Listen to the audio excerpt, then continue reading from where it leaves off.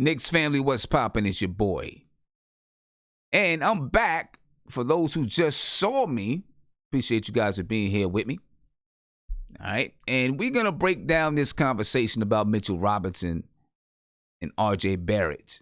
And whether or not, do we build around those guys? I think it's a good question. Because there's always a lot of discussion, about those two players. And are they build around material? We had a conversation the last stream about whether or not the Knicks should consider trading. Not really consider trading Mitchell Robinson, but if it came up, would you consider? If it came up, would you consider making the move? So look, we're gonna go ahead and we're gonna talk about it, man. We're gonna break it down. All right, I got my man Mark over here. And I know my voice is a little bit off. I'm going to fix that. I don't know why it's doing that. Thought I had it fixed, but I apparently not. Anyway, I'm going to get over here with my guy Mark. We're going to go ahead and we're going to break this down. We're going to talk about it. Mark. Yo. I want to ask you a question. Go ahead, bro. All right, this is pertaining to Mitchell Robinson right now. I read an article a little bit on the last show on Knicks Weekly. Okay, I read an article about Mitchell Robinson and they love him though. They love him. Right. But I was reading about he's on his fifth agent already. Damn, fifth agent. Rich Paul is his fifth agent. Oh, you got Rich Paul. Oh, here it comes. Right. And he signed with Rich Paul in February. My question is, just like, what's going on? That's my question. What's happening? What's going on? From an I mean, when you look at the history, coming from high school, right? You had the whole thing with high school, going into college where he didn't play in college and he sat out for a year, right? And then you had, he got drafted in the second round, and now he's on his fifth agent. Okay, what's happening with the decision-making process with his team? And does it concern you? Well, now that he got Rich Paul, it doesn't concern me. Just realize, listen, let me just get the man. So, he was smart to do that.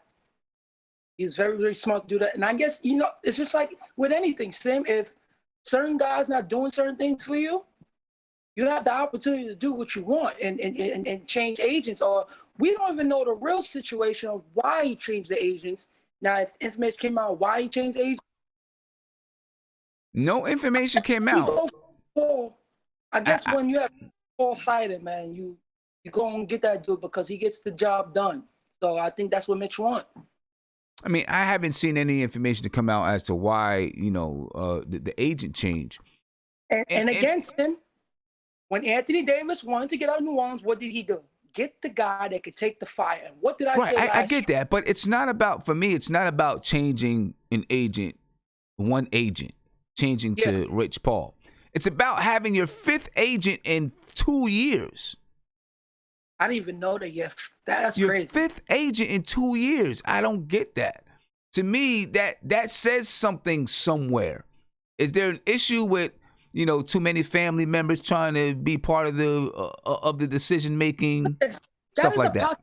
Because he's coming from New Orleans and this stuff is going from 0 to 100.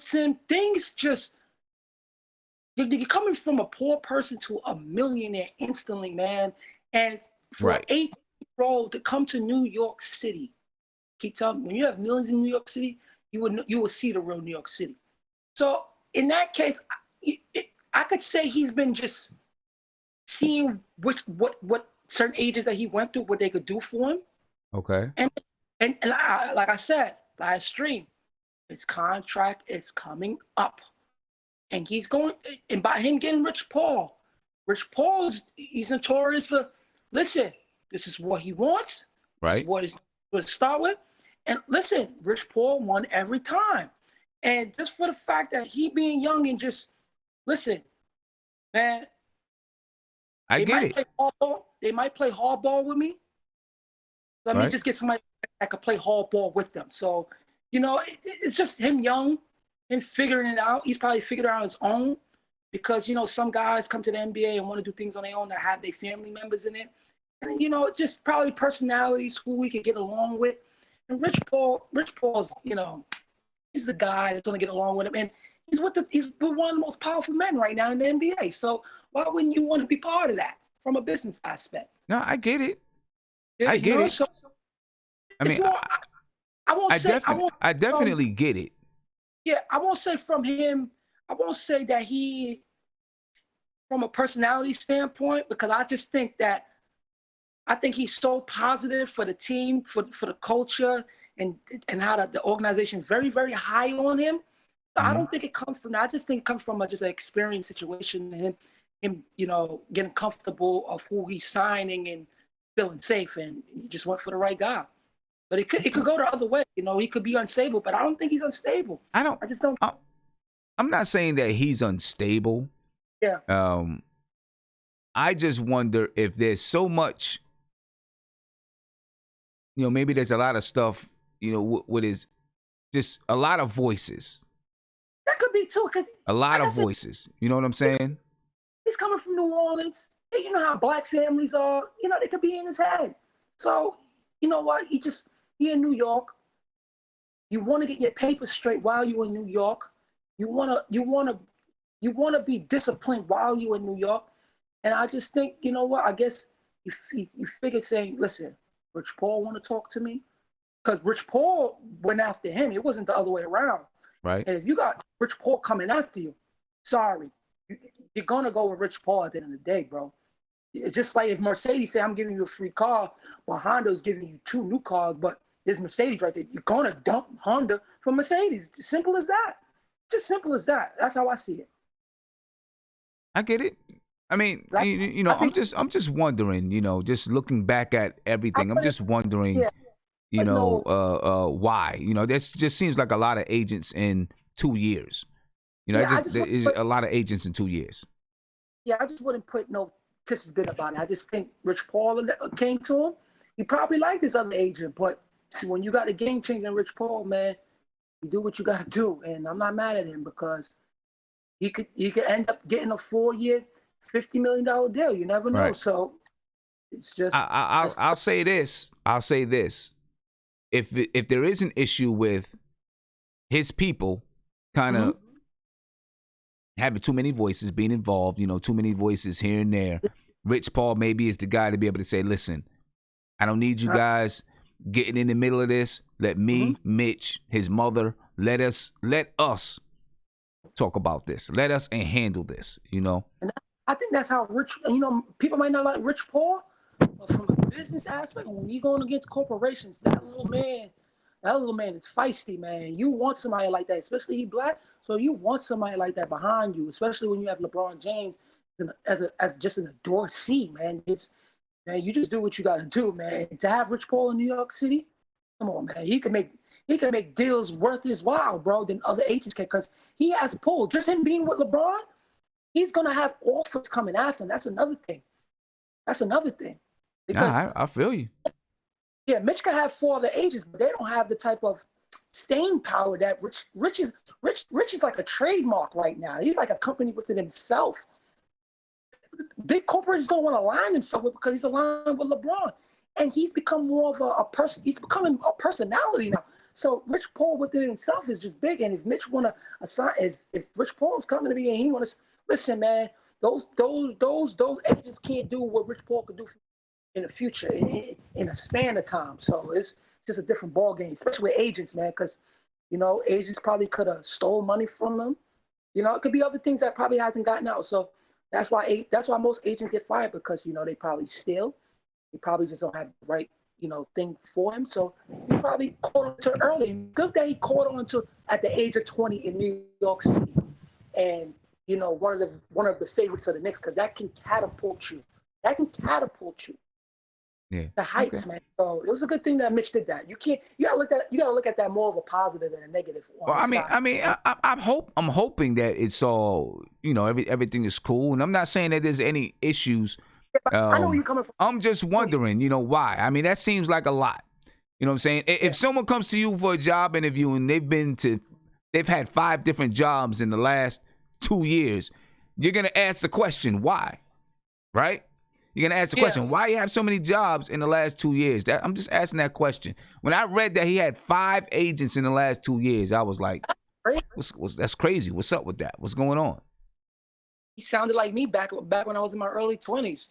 I couldn't keep a job just because I didn't like the atmosphere and making me do more than what was asked for. That's why most people quit their jobs, man. It's about comfortability, man. Honestly, especially now that millennials are really setting the world on fire right now and really, really doing a thing and changing the structure from how things was. So a lot of people might look down on millennials, but guess what? A lot of the big corporation working spaces become millennials, and most people that like their job, they get to go to their job like they was at home. Gotta give kudos on Cap. They're doing I feel you. All right. All right. I get it. I definitely get it. Is Mitchell Robinson, do you build around Mitchell Robinson? Listen, if you're talking about nobody's coming, I would build with those two because of their personality, the way they work hard, the culture is being set with those young guys. Because even when you watch Mitch Young, you ever seen this Knicks show that he has? Yep. You could tell that players love him. It's just getting the vets around him that can make him better. But when it comes to RJ and Mitch, it is hard to give up on them, depending on the right price. But as of right now, you start with them. I'm high on those two. Everybody else is very questionable. But those two, I know what I'm getting out of them every night. I just know what I'm getting out of every night. And that's where you want to start with young players like that. I'm not looking to just get rid of them like wasteland, but if the right price came, you do have to think about it just because of certain circumstances that the Knicks are in. Knicks are in a lot of circumstances. So, all right. So with Mitchell Robinson, you can say you can maybe say he's not a centerpiece, right? Yeah. Because, maybe not a centerpiece. Mm-hmm. Is RJ Barrett centerpiece for you? Like I said before we drafted him, right? He could be, he could be a person that can get you when he matures and really get the hang of it. He's going to be able to win us games. But to take us to the horizon, I don't think he's that type of a player. But I think we could build around him to get structure, because what he did over the last few days of donating that money, Sim, that just showed me that he's setting the tone. And all you can do is respect that. And young guys see that and they're going to respect him. And like I said, I just think with the Knicks core right now, those young players has a bond that I don't think people understand right now. I think there's a bond between the young players. I think they just mix with certain veterans that's out there to get their numbers and not for the team, that's making the Knicks look bad. But I think when it comes to the young players, Sim, I think they are in tune with each other. I really think. Because dudes like Trey, he could have said, yo, trade me, man. You see him coming off the bench acting like he put a bucket in. So I watched the bench more than anything this season after we just went on the thing. And I just think that the young guys are together. So you don't want to break that up. You want to just get vets to enhance that, to make them into better players. And I just wish the Knicks this offseason, they end up getting a good pick and going out and getting a veteran to enhance that, because I just think RJ, from his attitude standpoint, this is what he's going to. I just want to get to a point where he starts demanding.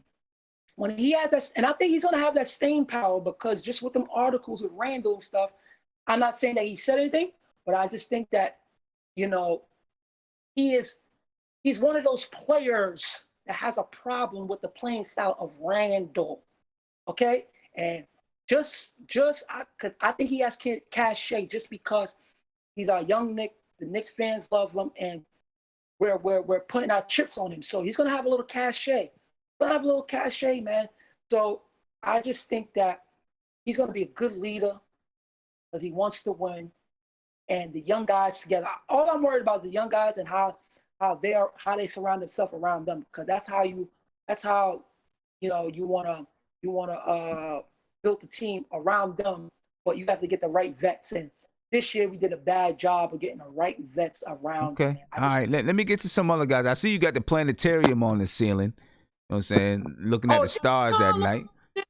I've been up there since I was gay high, man. I forgot about it. Let me come to Siobhan. Siobhan, what's your take, man? What's going on, brother? Mitchell Robinson, R.J. Barrett. Oh, what's up, Sam? What's good? Mitchell Robinson, R.J. Barrett. In your opinion, are these two guys that you know for sure you can build around? RJ, yes. Mitchell Robinson I still got to see, because he has to work on. Hold on, let me mute the rest of these guys real quick. My fault.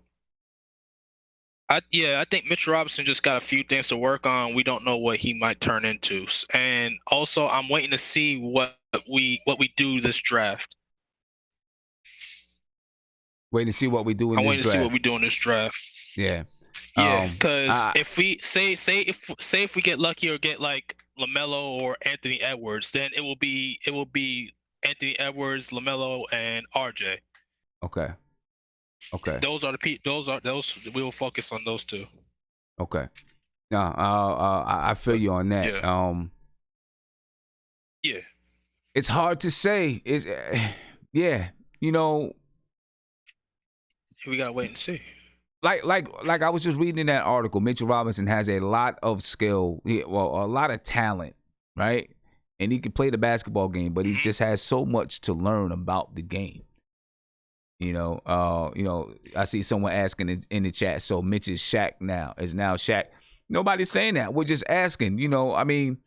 See, this is what these are questions. About, these are questions Sam, this is what we're talking about. Yeah, like these are questions that the Knicks front office have to ask themselves. These are questions that the Knicks front office they got to ask themselves these questions.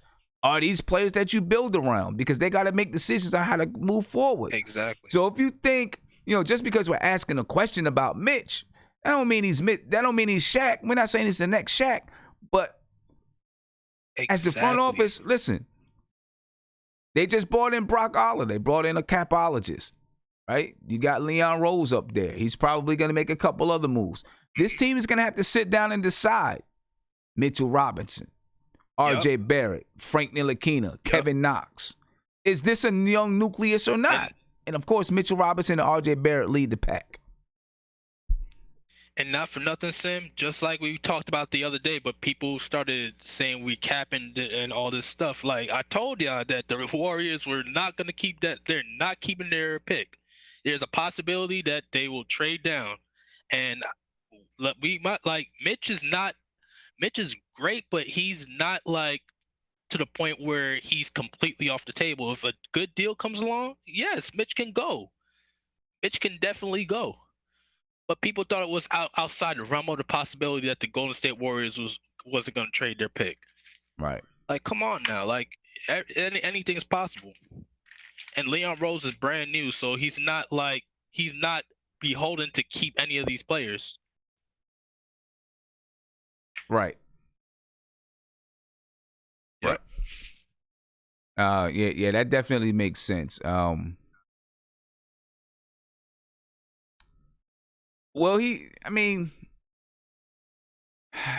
no, he's not beholden to keep any of the players, but you would think that he's going to just make smart moves. Right, and he's going to players, he's going to say, okay, this player is good, this player is not good, and I'm going to keep him because he's 22 years old and I can build with this guy. Yeah, and his upside is decent. What do you take on with Mitchell Robinson and the whole having 5 different agents, man?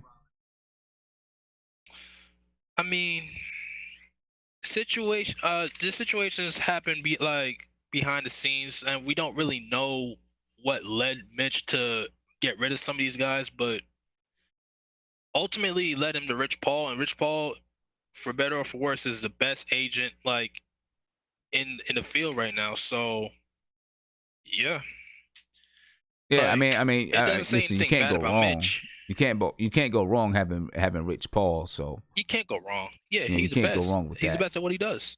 Right. Yeah, there's no doubt To about our that. detriment, he might squeeze a lot of money out of us. So be prepared for Yeah. that.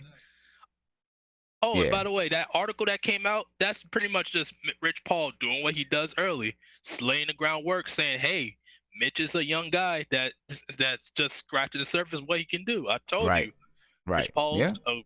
shrewd operator." Yeah, I agree with you there, man. He definitely is. Let me get around to some of these other guys and see what their opinions are. Let me see. I'm gonna come to Guillermo. Got the new mic and everything. Guillermo, what's going on, man? What's up, Sam? Good. All right, let's assume So the question is, can you build around Mitchell Robinson and R.J. Barrett? or are they the guys to build around? And what I wanted to ask you is, if so, how? R.J. Barrett, yes, because the guy has intangibles. He has potential in both offense and defense. You like the work ethic is there. Guys like playing around him. He galvanizes players around him. This is a guy, the talent may not be so-called superstar level. A lot of guys aren't. There's only maybe 3 or 4 superstars in the league. But again, this is a guy that you could build around. And he's moldable. He's teachable, and he's a self-starter.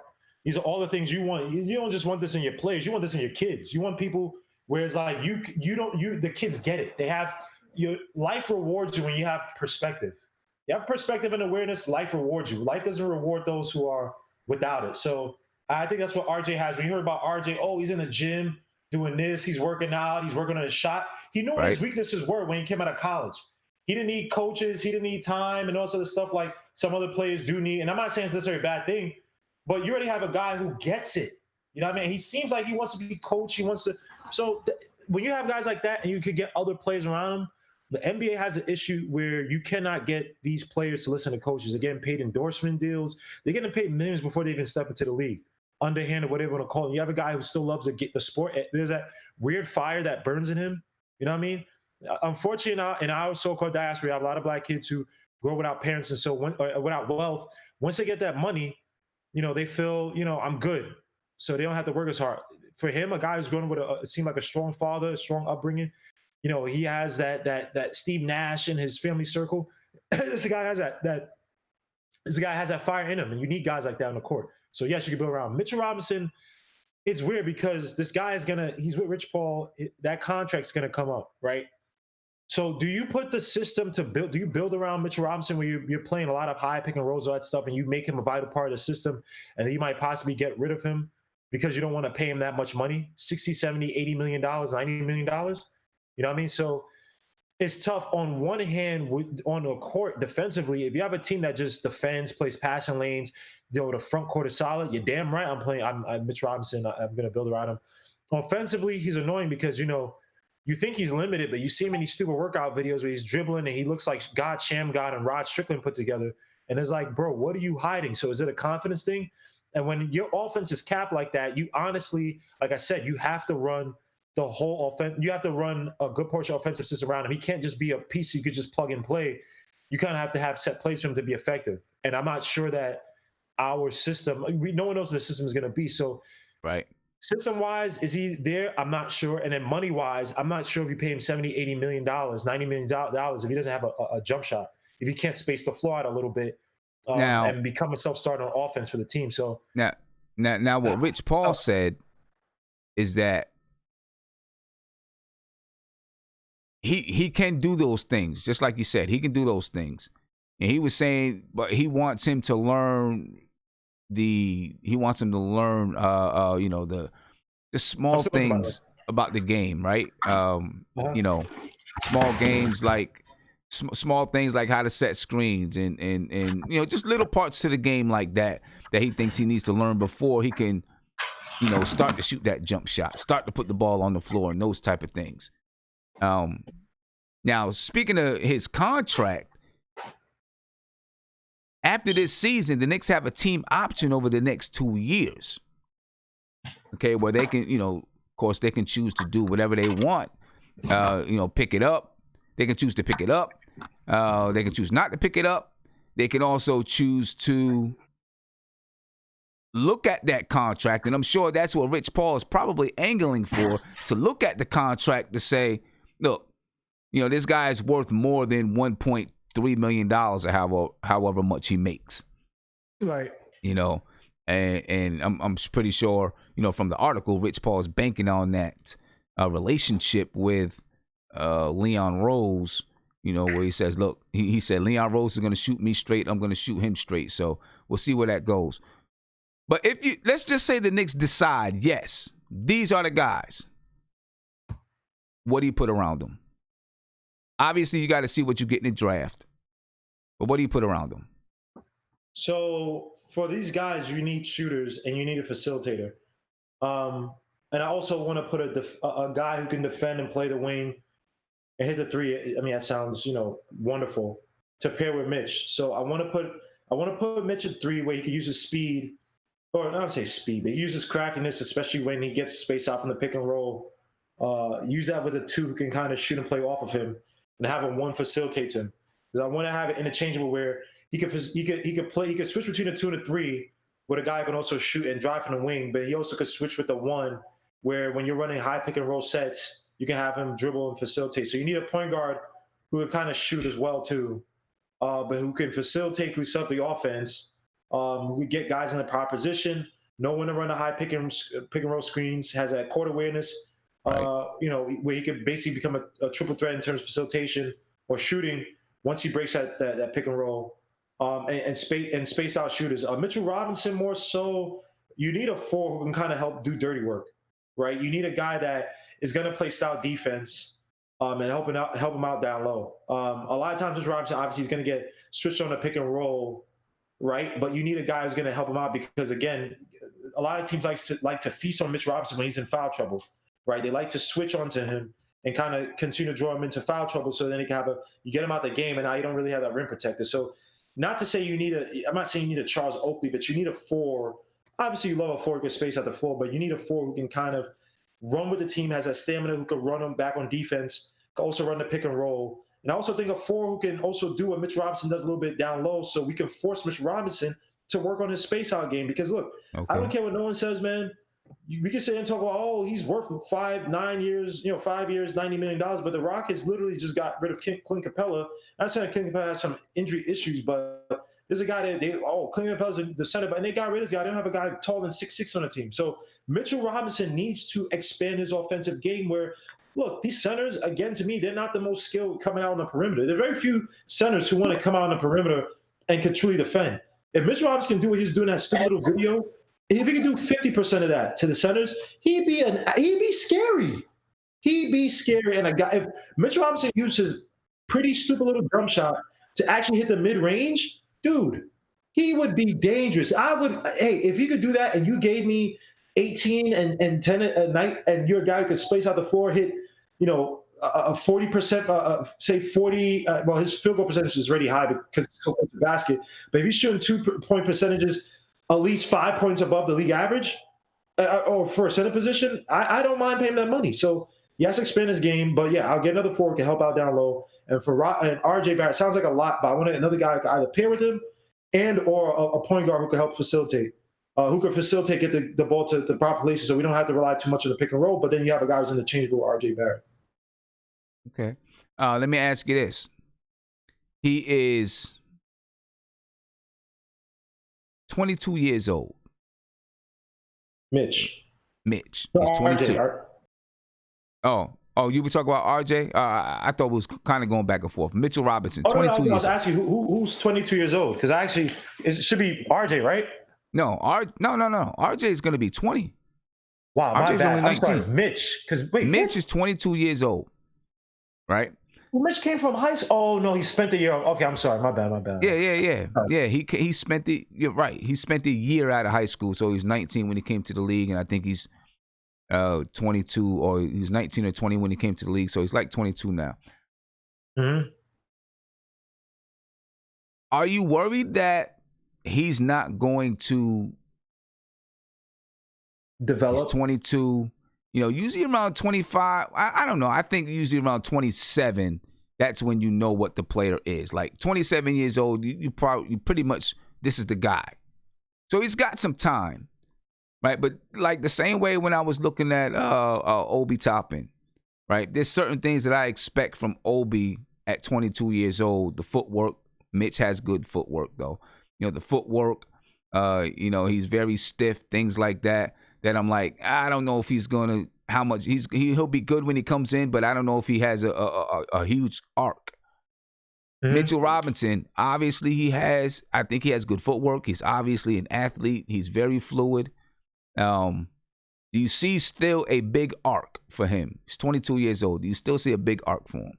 Well, it's tough because on one hand, I do see it. I do think he has a natural skill. I think he has a capacity to develop, right? So yeah, I think he has a capacity to do it. But the thing I'm scared about is that he signed a Rich Paul, and those guys are all about getting value. I don't think they're into the business of, and because of, look, the whole thing with LeBron, him staying with that team, and they got him out of that situation the first time in Cleveland where they were going nowhere. And I think they're more of the idea of like, okay, if they're not, you don't have to necessarily work on the nuances of your game. Just get ready to leave and go to a better place, right? The grass is always greener on the other side. And I think that might hinder his development, where it's like, all right, I don't need to work on shooting because the Lakers or some other team that Rich Paul is going to get me with and get my endorsement deals with blah, blah, blah. That team's going to appreciate my talents. I'm going to be a superstar, even with, where I am right now. So I think he has a capacity to develop, but the agent situation that he has, I think may hinder him, especially when you hear, like you just said, they have the options on him and they might kind of, Rich Paul might put the pressure on the Knicks to kind of let him go to another team or, not pick up the option, let him be a free agent or restricted free agent. I don't know how it's going to work.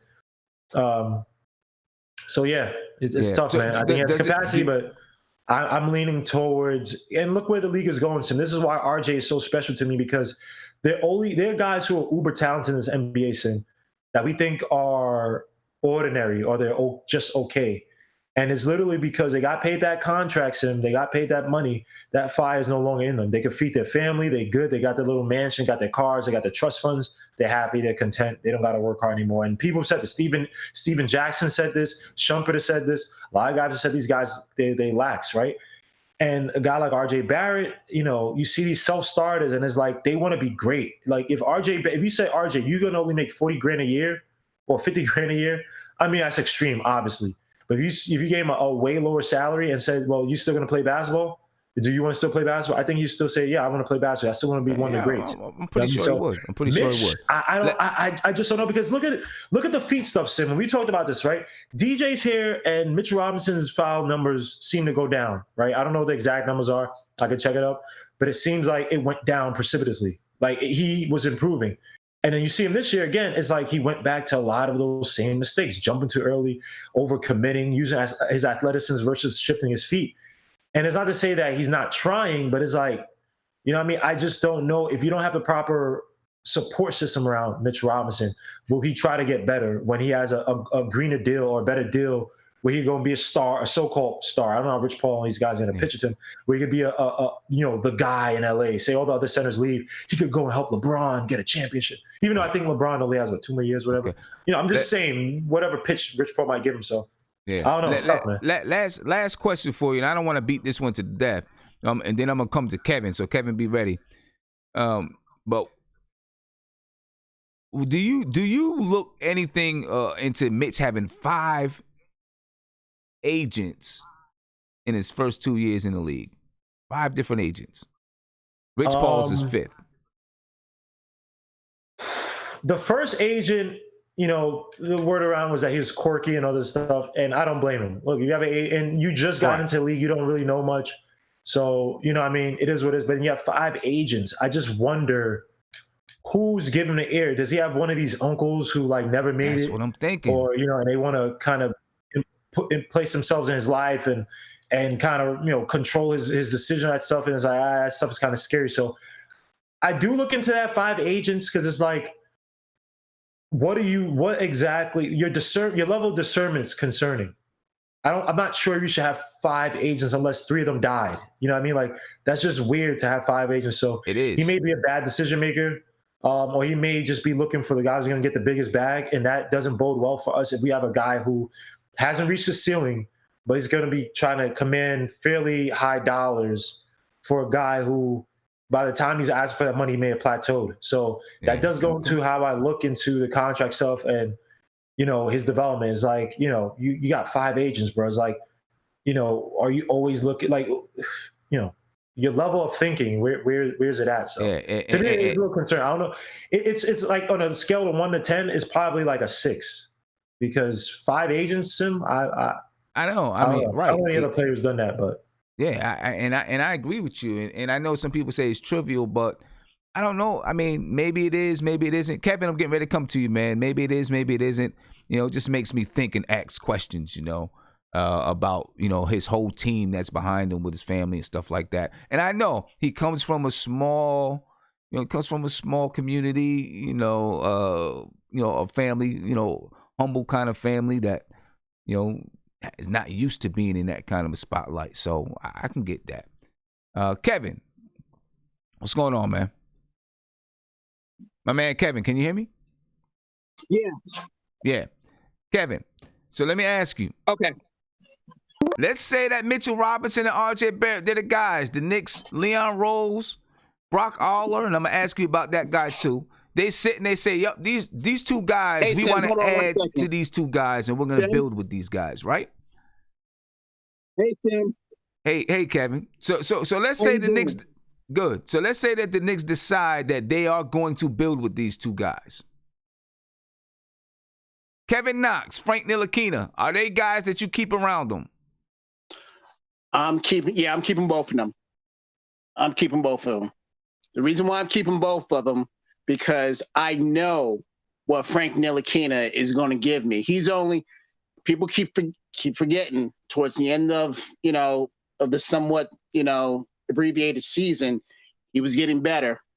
And as a backup, he's the man. He's the man. For Kevin Knox, I'm gonna give him a mulligan this year, but I will say that if he doesn't show me something by next trade deadline for next year, then yeah, I would give it. I would try and trade him. The reason why I don't want to give up on Knox is because I don't want to give up on young talent. Right. And with regard to Frank, he's been through three coaching staffs. No, I'm sorry. Been through 4 coaching staffs three. I'm sorry. No, it is 4. 4 coaching staffs with the same team. So he's the longest tenured Knick, that we have. He knows the system. He knows the city. He knows, probably more than a lot of the players that are playing right now on the team. Well, yeah, and I mean, you feel comfortable with him. Right. So that's the reason why I would, keep Frank Ntilikina, because sometimes it takes time for a player to A, feel comfortable, and B, get his confidence up there. And I feel as though his confidence is really getting up there. And you saw it a few times with him trying to dunk on people. So right there, if that's not confidence, I don't know what is. Right. Now, let me read something about Kevin Knox. I read this the other day about Kevin Knox. You may have read it as well. It's from Mark Berman. All right, he does a little, Knicks mailbag. Okay. And this is what he said. He said, I'm told one of team president Leon Rose's biggest regrets from the suspension of the season's final 16 games because of the coronavirus was not getting a closer look at his enigmatic second year forward. According to a source, Rose still doesn't know what to make of Knox and doesn't know if the 20-year-old is part of their future, despite Kentucky coach John Calipari's warning not to trade Knox. And Calipari and Rose are close. All right. When Knox's father said on February 29th, all roses don't bloom at the same time, that was an article, where he was talking about Kevin Knox, and he said that Kevin Knox, coming into the season, he wanted to focus on his defense. They're not worried about the offense, that the offense will come. All right. It was before Leon Rose's hiring, so it wasn't like, all roses don't bloom at the same time. It wasn't a pun to Leon Rose. But there was an expectation within the Knicks camp that when Rose took the reins on March 2nd, intern Mike Miller would be ordered to step up the minutes for Knox and make him a starter. Okay? That didn't happen. Sources have indicated Knox's inner circle was supremely frustrated. Rose decided to tread lightly with his new job, and he told Miller, play the guys that he thought would win him games. And Miller didn't believe Knox was ready to play winning basketball. Now, a lot of people, and of course, these are all sources. Anything we read from the New York Post, the New York Daily News, it's all sources, right? The guy that I think is probably closer to the situation is Ian Begley. When he says something, I like to listen. Me too. He has, what he has is sources as well. Okay? Yep. But everybody, complained that, hey, why is Mike Miller still playing? Why is he still playing the vets? Why is he still playing the vets? Why is he still playing the vets? Well, Leon Rose told him, play the guys that you think are going to win games. That's why he was still playing the vets. Not that we're going into that whole situation, but that's why he was still playing the vets. Leon Rose told him, play the guys you think are going to win games.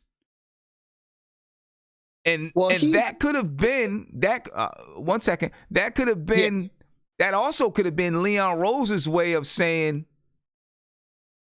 "I'm evaluating you as well. I want you to try to win games, and I'm going to evaluate you." That could have, But whatever it is, Kevin Knox, Mike Miller didn't think Kevin Knox was really ready to play winning basketball. So. Kevin Knox's people was upset. They were upset that, Leon Rose didn't say, hey, make him the starter. So his future could be iffy anyway. Even if they did think that he was part of a nucleus, future could be iffy, man. So I'm going to go on the flip side of that. A couple of things. Again, Knox just needs, first of all, we need stability. And the only way you're going to get stability is if Mike Miller right now stays on as coach. If they don't go in the direction of getting another coach. If they do, then my pick would be Atkinson. But if Mike Miller has a full year, has a summer or at least time with Kevin Knox, I think that Kevin Knox can be more of an asset than a liability, because he'll be up front with him, talking about Miller with Knox. He'll be up front with him. He'll tell him what he expects, tell him how, he'll ask him, how can I make you better? And they'll go from there. And I think, again, if Miller is there, I think Kevin Knox can, will take it up another lot. Okay. Take it up another notch. So I'm probably the only, Knox supporter, because I supported Frank. I gotta support my young players. I'm a Knox supporter. I'm a Knox supporter. Okay, yeah. And yeah, you are, Sim. It's just a lot of people. You just get tired of all the bashing on him. I mean, he's young, and I just don't want to give up on a young player. Sometimes in the NBA, it takes a while for a player to react. I mean, to react, to be comfortable, have that confidence. And he's playing in the number one market in the NBA. No matter how bad we've been, New York City, the Knicks is still the number one market to play in, because we have the media, we have the Garden, we have the glitz of New York City. There's a certain weight with that jersey, and he's wearing it. So he has to feel comfortable. And with that comfortable, then that's when that confidence will build. and I keep referring back to Frank. I see Frank, I see his confidence exploding a little bit. It's being exploded. He's not being tentative. He's taking it into the hole. We see flashes of that with Knox as well. I mean, people say, "Oh, he's always trying to shoot from the outside." No, he's not. He's taking it in too. All he needs is just stability from the coaching staff, from the head coach, and again, it's got to be Mike Miller. If it's not Mike Miller, I want Atkinson. If it's Tom Thibodeau, I don't think it's gonna work. I think he'll fail. Okay, let's talk about that. Let's talk about that for a quick second. Then I'm gonna go to Nick. Okay. Okay. Because we had a conversation about that on the little Knicks on the call-in show we did on Thursday, and we talked about Mike Miller and how if for some reason the season was able to restart, this break could really help Mike Miller in his bid to become the head coach. It could help him or hurt him. It could help him or hurt him, right? It could help him or hurt him. Because let's just say that they said, all right, we're going to come back in June. They're not just going to come back, they're not just going to pick a date and then everyone's going to have to come back and play on that date. They're going to give them a week or two to get guys back in shape, get guys acclimated, reacclimated, right? Yeah. Which for Mike Miller could be the equivalent of a training camp. There you go. And if that's the equivalent, one of the things that we've all said about Mike Miller is that, he hasn't had a training camp. You really don't know what he can do because he hasn't had a training camp to really put his stuff in. Would he do it? I don't know. Right? But if he gets 2 weeks, then maybe he gets a chance to really put in some things that he'd like to see get done. He's spending all this time in watching tape, watching RJ Barrett, watching Mitchell Robinson, seeing how they can play together, how they can play off each other. Kevin Knox, Frank Ntilikina. Then comes back and says, okay, this is what we're going to do. This is how we're going to run our little system here. Yeah. For the remaining 16 games or something like that. Yeah. Sim, let's be real. Sim. A training camp, what is it? Like 2 weeks and then you start the preseason games, correct? Yeah. Right. Yeah. So if he has that, I think that's going to be more than helpful, for the team and everything. The only uncertainty is the vets. Right. That's the only uncertainty. So yeah, you're totally right. It can make or break. I think more it'll make him than break him, because I think with time with the young players, he'll know what he has. He'll have that plan in there of how he wants to use players, and he can be successful. But again, it goes back to if some of the veterans accept what he's preaching. Yeah. All right. Because then on the flip side, again with that, if you're the head coach, and if you don't see the vets, following what you're saying, but these young guys are busting their tail, what you gonna do? You're gonna put the best players out there, and if that turns out to be the youngsters, that's what you're gonna do. Right. Am I right? Yeah, I feel you. Yeah. I feel you. So. We'll see what's up. Let me get to a phone call real quick. Caller, you on live with Nothing But Knicks. What's poppin'? Hey, what's up, Tim? What's good? Last night I was on the front stoop, and I picked up and I said to somebody, caller, you're on live with Nothing But Knicks. What's poppin'? And I was like, hold up, wait a minute. I gotta change gears for a second because I'm on the front stoop now. But I didn't do it this time. So what's good with you, bro? How you feeling? Oh, I'm good. Let me ask you this. I want to ask you this. Can you foresee this? Frank Ntilikina, point guard. RJ Barrett at the 3. Kevin Knox at the 4. Mitchell Robinson at the 5. And then, maybe we pick up a shooting guard in the draft or something like that at the 2. Can you see that as the future of the New York Knicks? We're talking about R.J. Barrett and Mitchell Robinson, right? And building around those guys. You know, some people believe Kevin Knox and Frank Ntilikina can be a part. Some people believe they will not be a part. Can you see that in the future?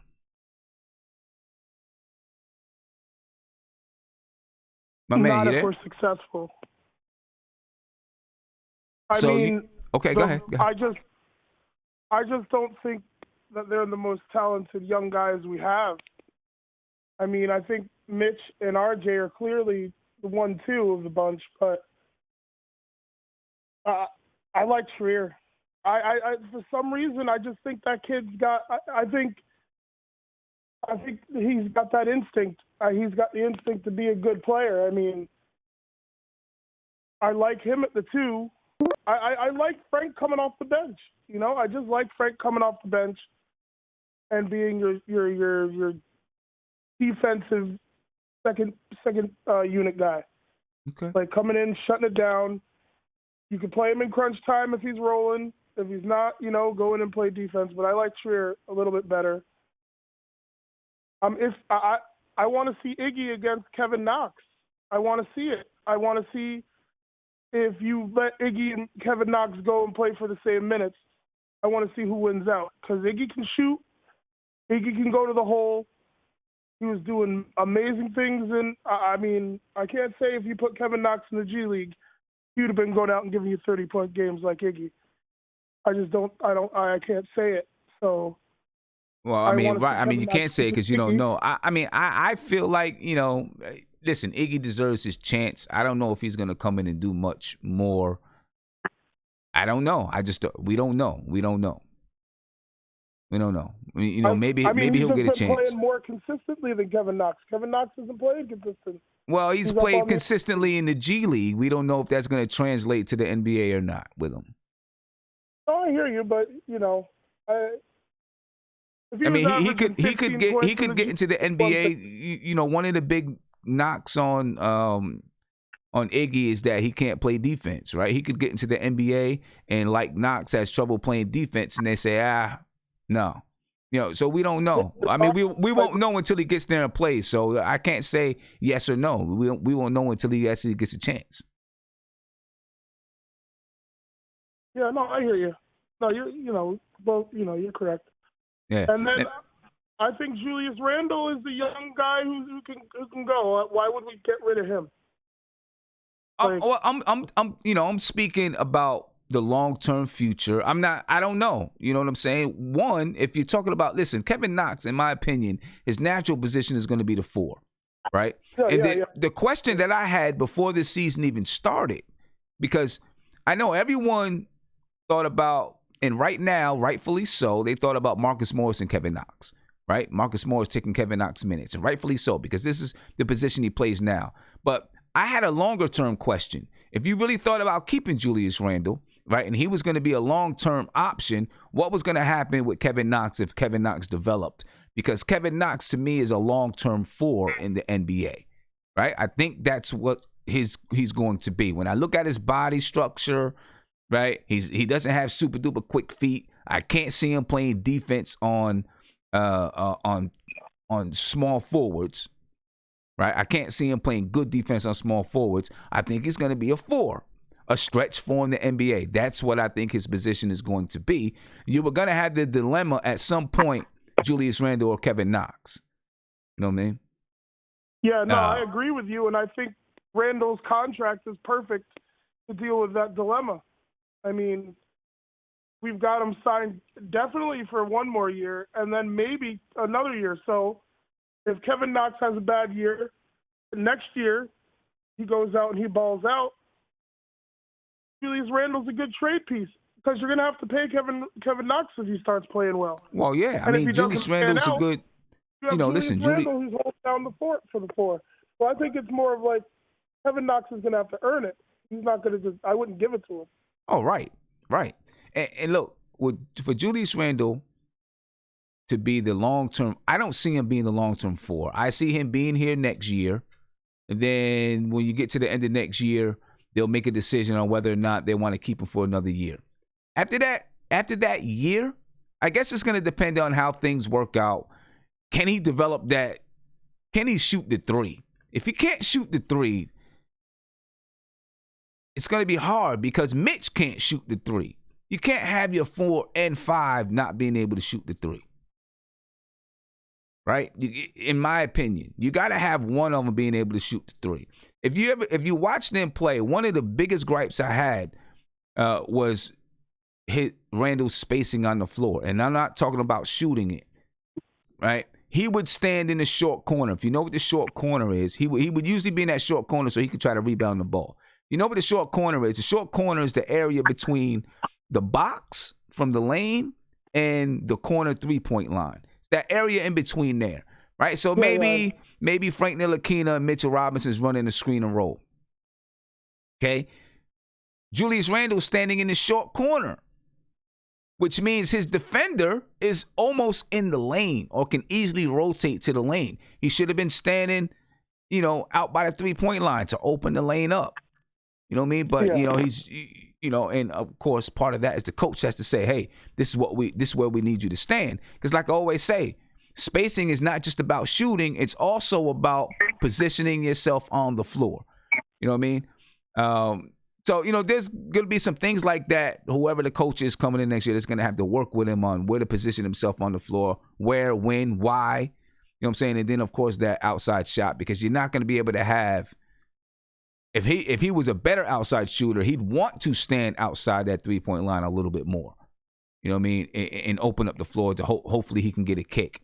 So you're not going to be able to have Mitchell Robinson and Julius Randle there long-term, in my opinion, unless one of them really develops an outside game. You can't have both of them there. Kevin Knox has more of an outside game than both of those guys. You're right. So that's going to, we got to see how that plays out and how that looks over the next few years. We thought that maybe Julius Randle, that was one of the questions. Could he elevate his game by shooting it better? Because I think coming into the season, he shot it in New Orleans like 33, 34%. The question was, can he elevate it to 35, 36? Obviously he didn't. He shot like 28%, something like that. Well, I think a lot of that. I'll just say this piece. He didn't have a point guard who was worth a damn. I mean, you got to give him a point guard. He had Drew Holiday, who's not a traditional point, but he's a playmaker. Well, who did we have this year?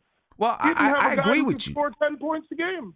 I agree with you 100%. 100%. I agree with you. I don't think not having a point guard affected his three-point shot, though, because he had plenty of wide open shots from people, penetrating and kicking and stuff like that. A lot more threes too, though, because he's the primary scorer on the team. As that's what he was brought in to be, because until Morris popped off, and as a primary scorer, he's taking more shots, but he's also making bad decisions because he's handling the ball more.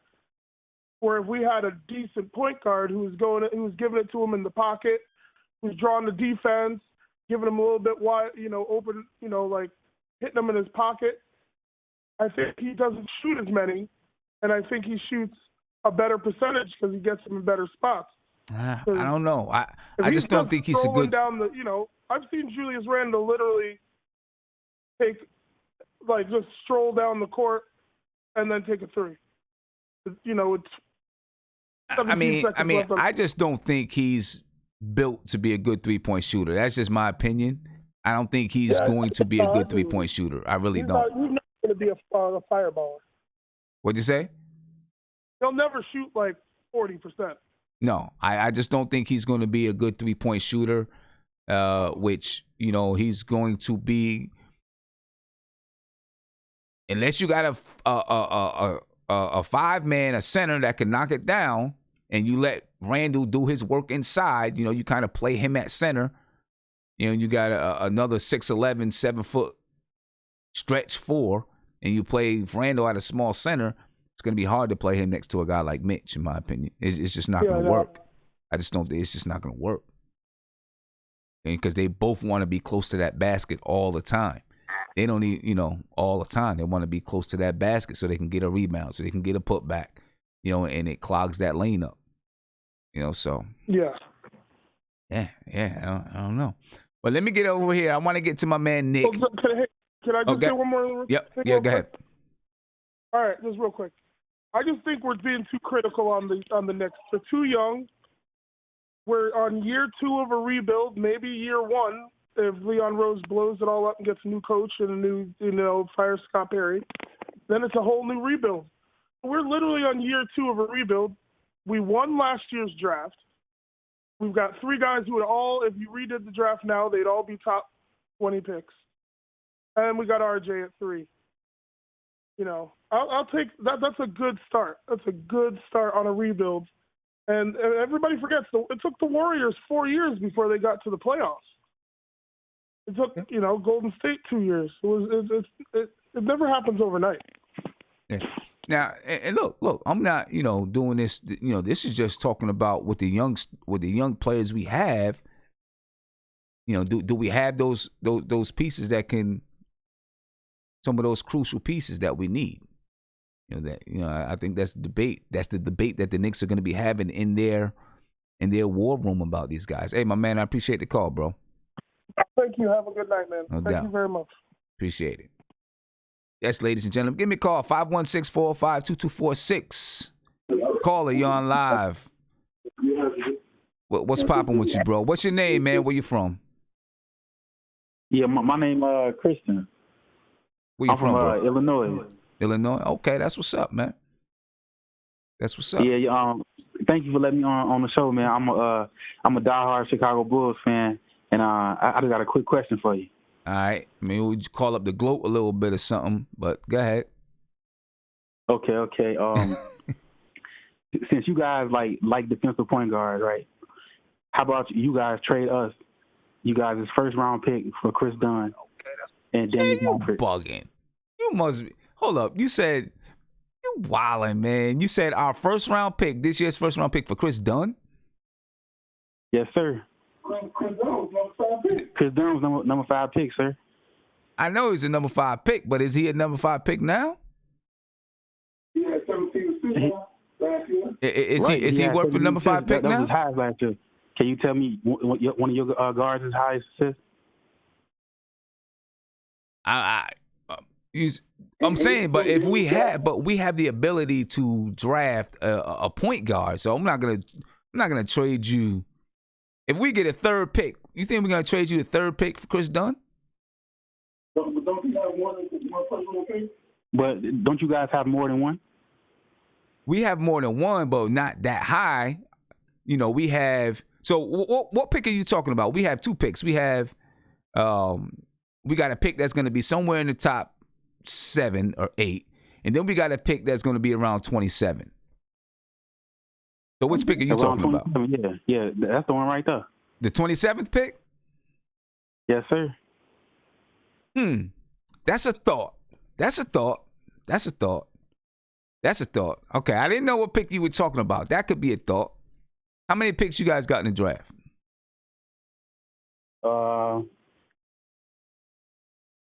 I think we got like 2. Y'all got 2 picks in the draft? Yeah.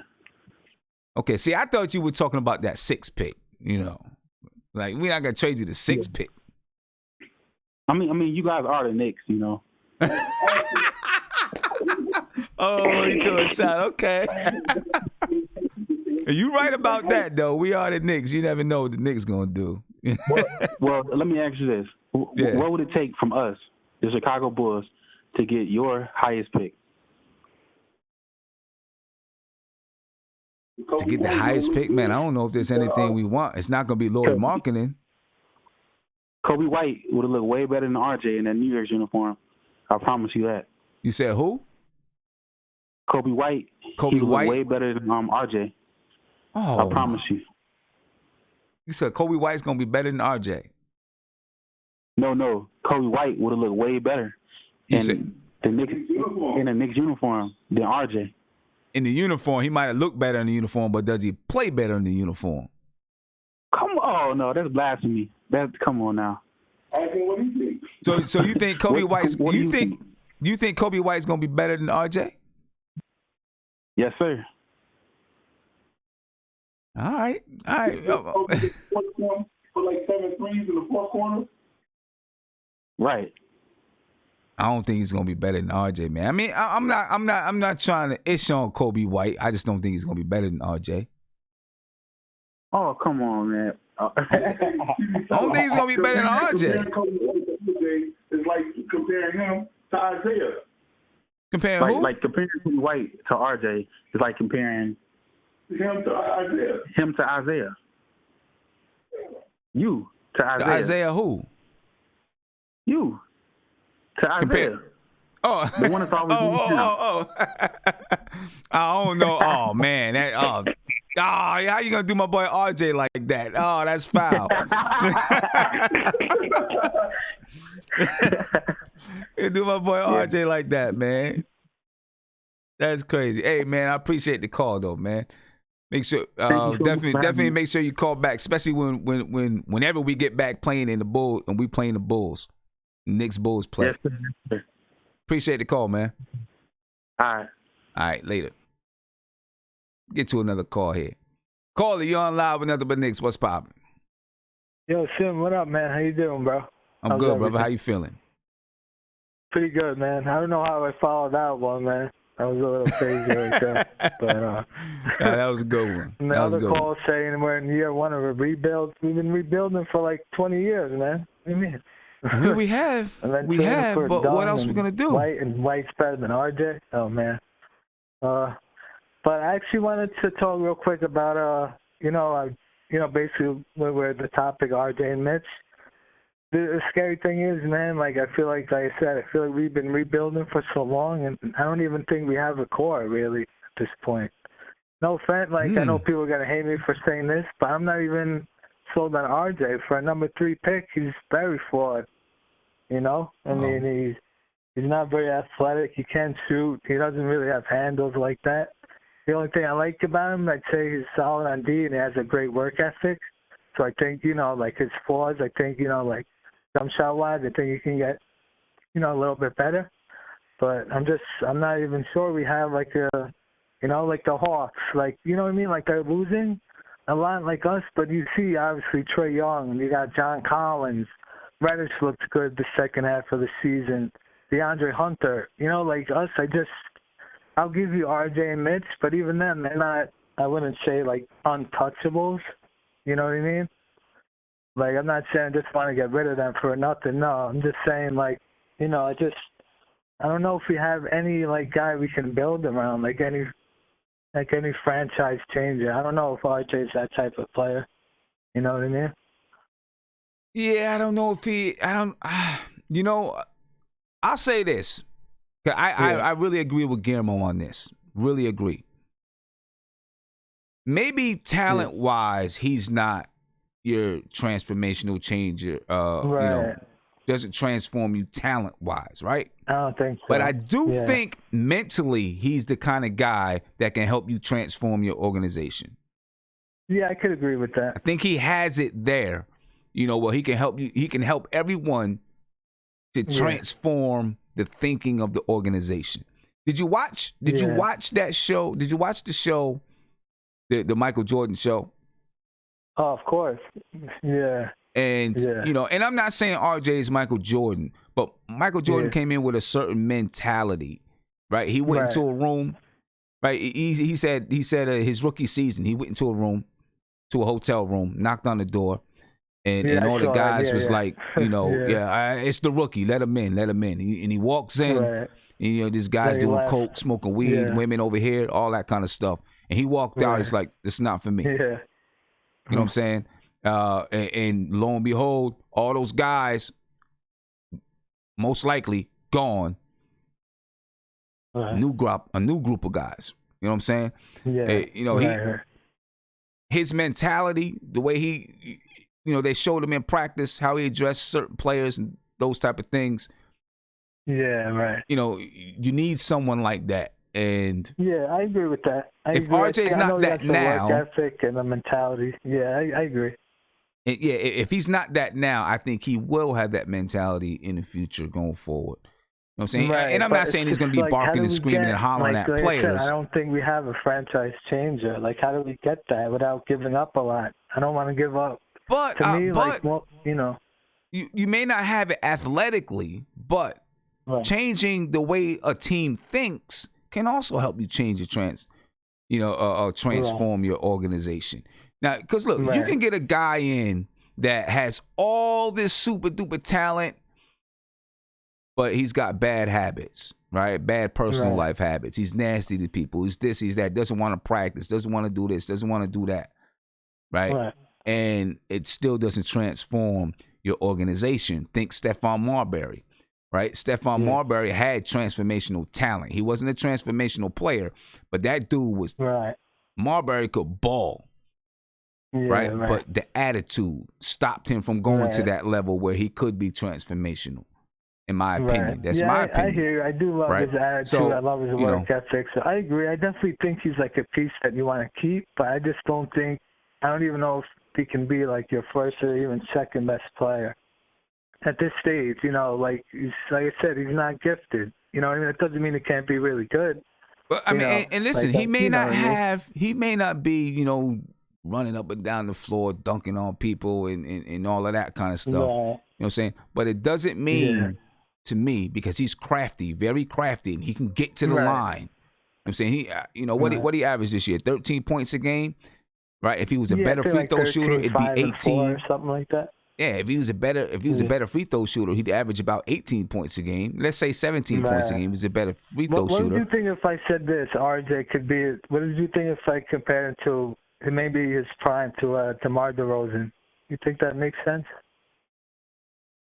RJ, DeMar DeRozan. Obviously a lefty, you know. Yeah, like DeRozan, like not very athletic, but he gets to the rim. He could finish a little. Not the best, like, you know, perimeter shooter. We'll see. I think RJ is going to develop into a perimeter shooter, though. I do. I think he's going to develop. Yeah, I do. I really do. I think he's going to develop into a perimeter shooter. He has that kind of work ethic and mentality to me, where I think he's going to develop into a perimeter shooter, and I think he's going to be stronger mentally than DeMar DeRozan. Yeah.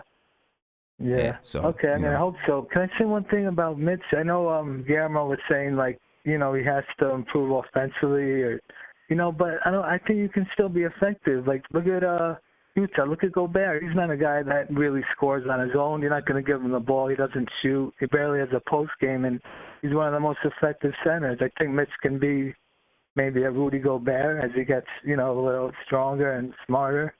Well, I think if you're going to be that. Gobert impacts the game a lot. He's not a scorer, really. A guy you can give the ball to and say, go score or hit a jump shot, you know? Yeah, you know, if you're going to be that, then you got to have a forward man that can stretch the floor. That's the thing. Exactly. One of the other. You got to have one. I don't know. I think we could use, obviously, it's not a sexy name, but from Bertans from the Wizards, he's a free agent. He can shoot, man.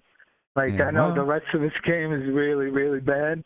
Defensively, it's pretty horrific, and he's not a rebounder. But next to Mitch, I think it's a perfect fit, man. Well, I mean, you know, if he's not a defender and he's not a rebounder, I'm pretty sure we can find somebody somewhere that can shoot it, defend, and rebound. Like, he's a sniper, though. Man, I know what you're saying. Get it. I know. I get it. Like, to me, Christian Wood would be the guy I would rather have because he's a little more well-rounded than Bertans. But he can shoot, man. He's not just like a Portis who'll get hot once in a while. Like, I think he shot like 42% from three. Yeah. I like his shooting. It's pretty deadly, man. All right. You know? Well, hey, my man, I appreciate the call, bro. All right. Appreciate the call. It, bro. Have a good one, all right? All right. Peace, man. All right, man. Peace. We'll see, man. We'll see. We'll see. Caller, you're on live with Nothing But Knicks. What's popping? Hello, how you doing? I wasn't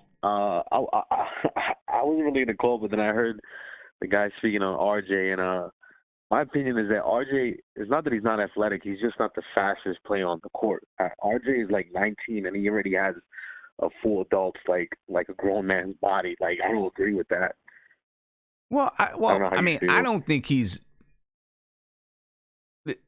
You know, I mean, if you're in the NBA, you know, you have a certain amount of athleticism, okay? But relatively speaking, to the guys that's his age, you know, he's not jumping out the building. Okay, you know, he's not going to get up the floor in John Wall speed. Yeah. You know, and I'm not saying these things to knock him. I'm not saying that at all. I'm just, speaking the facts. You know, he's gonna get to the basket a different way. You know, so he doesn't have he has a good first step, but it's not the fastest, the quickest first step. You know, he's gonna be crafty with the way that he gets to the basket. Okay. And he takes contact pretty well. What'd you say?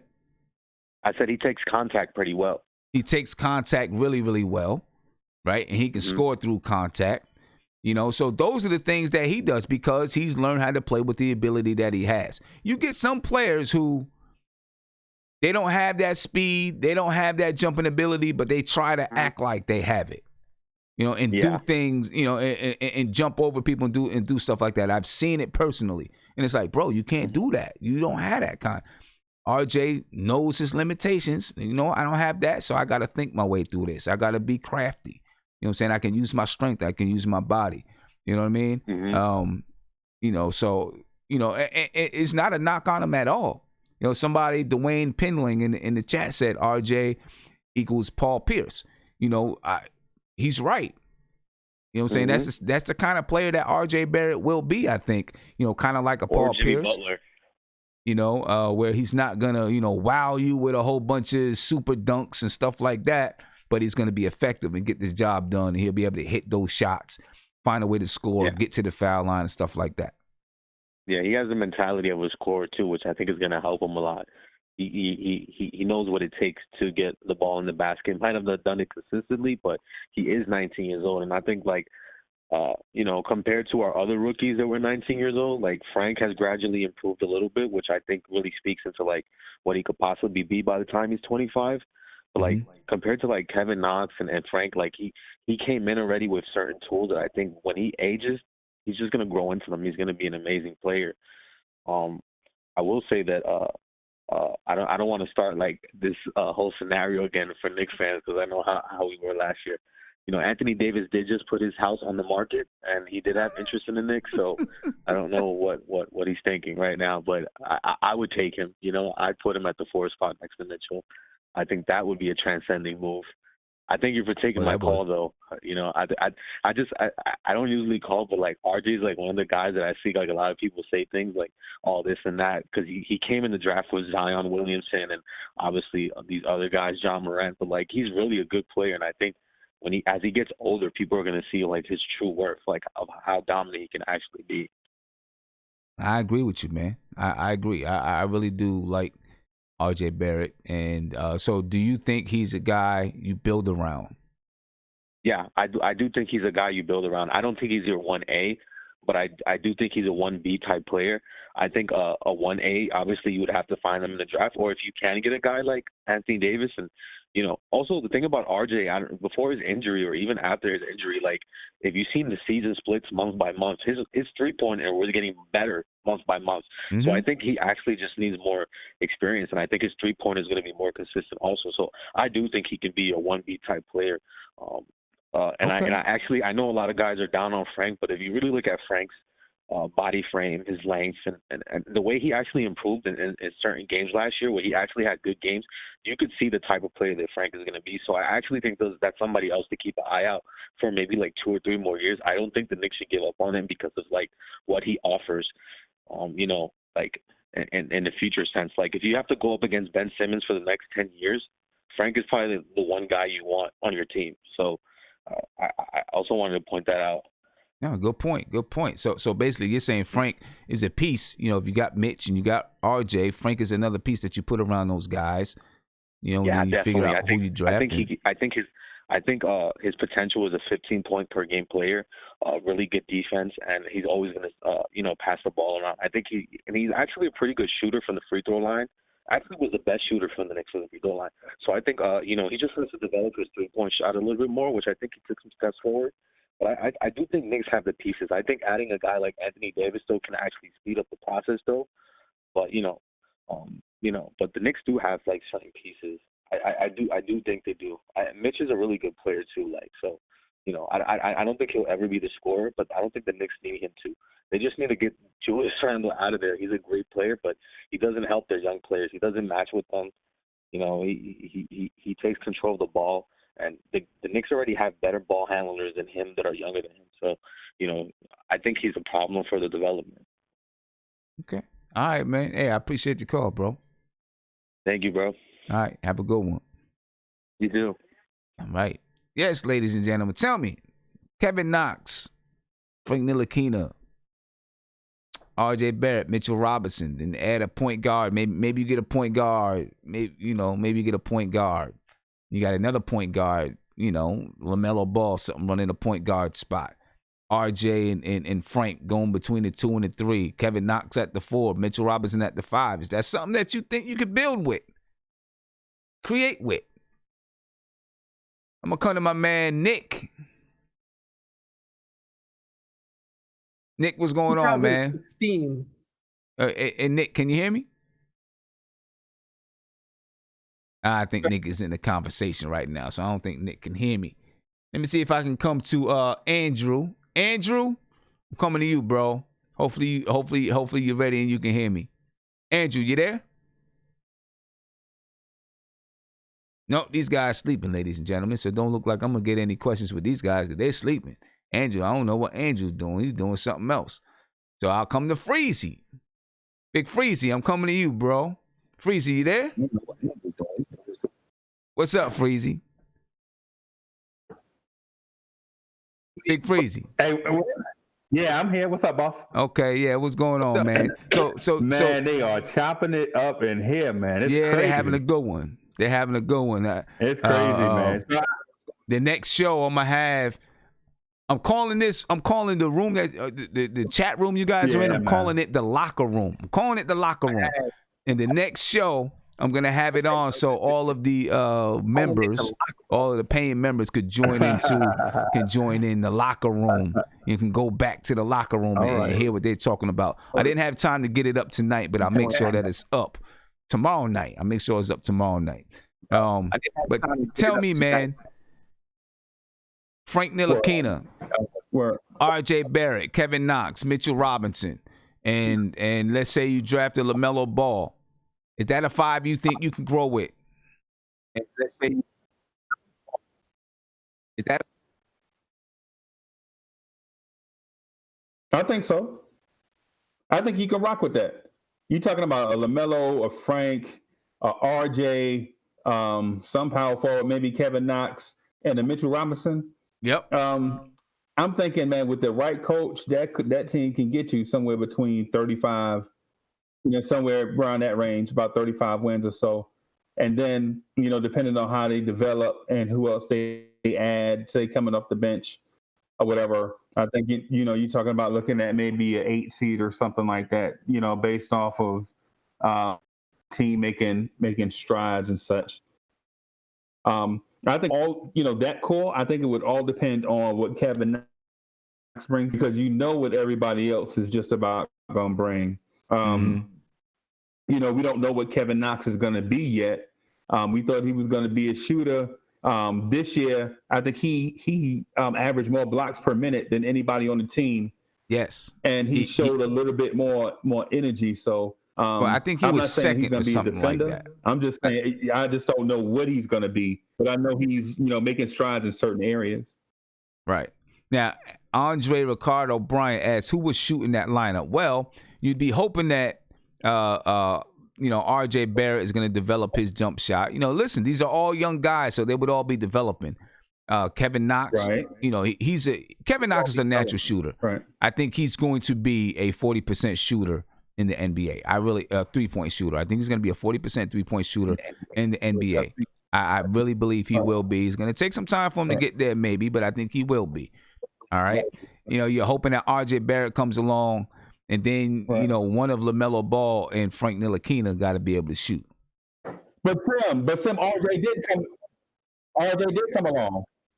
Yeah. So RJ did come along. What people don't realize is after RJ's ankle sprain, the last 20 games that he played, his shooting percentage was at, I think it was 44% from the field, 35% from three, and 68% from the free throw line in those last 20 games that he played. And that's a significant jump from what his numbers look like, the 43 games prior to that, or 40 whatever games.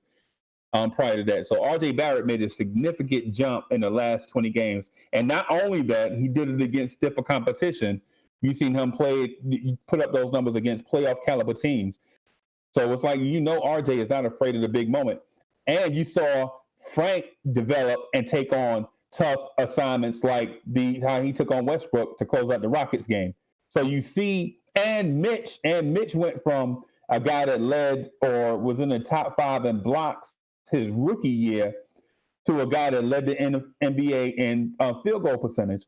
So these guys are taking a jump. We just don't know what the finished product could be. And to be honest with you, when it comes to NBA players, you just about never know. Players get good at certain things, but you don't know what the finished product could be, especially at their age.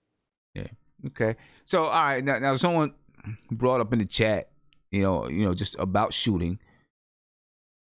Excuse me. All right. So, okay. So let's say that the Knicks ended up drafting Tyrese Halliburton. He can shoot it from the 3. Okay. Say they drafted Halliburton. And then you got Halliburton, right, Frank Ntilikina, RJ Barrett, Kevin Knox, Mitchell Robinson. Now you got a shooter on the floor. Hopefully RJ Barrett continues to develop that shot. And then Kevin Knox develops his shot.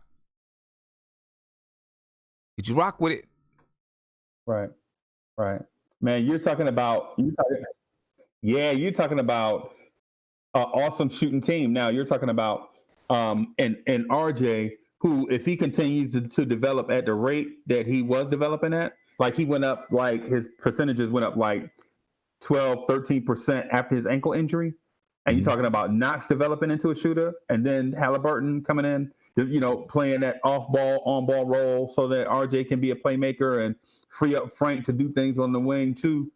You're talking about, a squad that at least at a minimum is an average NBA, shooting team from 3, which for us, that might get us to like 40-something wins because we do a lot of stuff good. But the things that we do bad, we're terrible at. Like, sometimes perimeter D, 3-point shooting, point guard play. So if we get improvements in point guard play, get improvement at the 3 and get improvement, at shooting, if we just get that to league average, then, the Knicks will be on their way, man. Okay. And then somebody mentioned Killian Hayes. Killian Hayes can knock it down from 3 too. I'm not as high. I'm not gonna say I'm not as high. I'm just not sure. I'm not sure about if Killian Hayes if his production is due to the system he was in, or if it was him. You know what I mean? I wish that we would have had a NBA combine, to be able to see some of these guys scrimmage and play against each other. But we're not going to be able to see that, so we can really see what these guys are about and what they're doing. But either way, right, just talking about it, people, I see people in chat like, yeah, I can rock with that. I can rock with this player, that player mixed in there. Okay? So maybe, as Knicks fans, we need to look and say, you know what? All right, so we got some young guys. Maybe we do have some young guys that we can say, what? We got kind of a core here. We got, maybe we do have kind of a core. Right. I know it's cool and it's hard. Like Knicks fans don't want to put their brain on that side of the track to say, you know what, maybe we are going to ascend with this because we've been disappointed so many times. So it's like you kind of like you don't want to do it. You know what I'm saying? You like, I'd rather think negative. I'd rather think bad and let them surprise me than to think good and then they let me down again. You know what I'm saying? I feel like it's something like that sometimes with Knicks fans, but maybe we do. Maybe we do.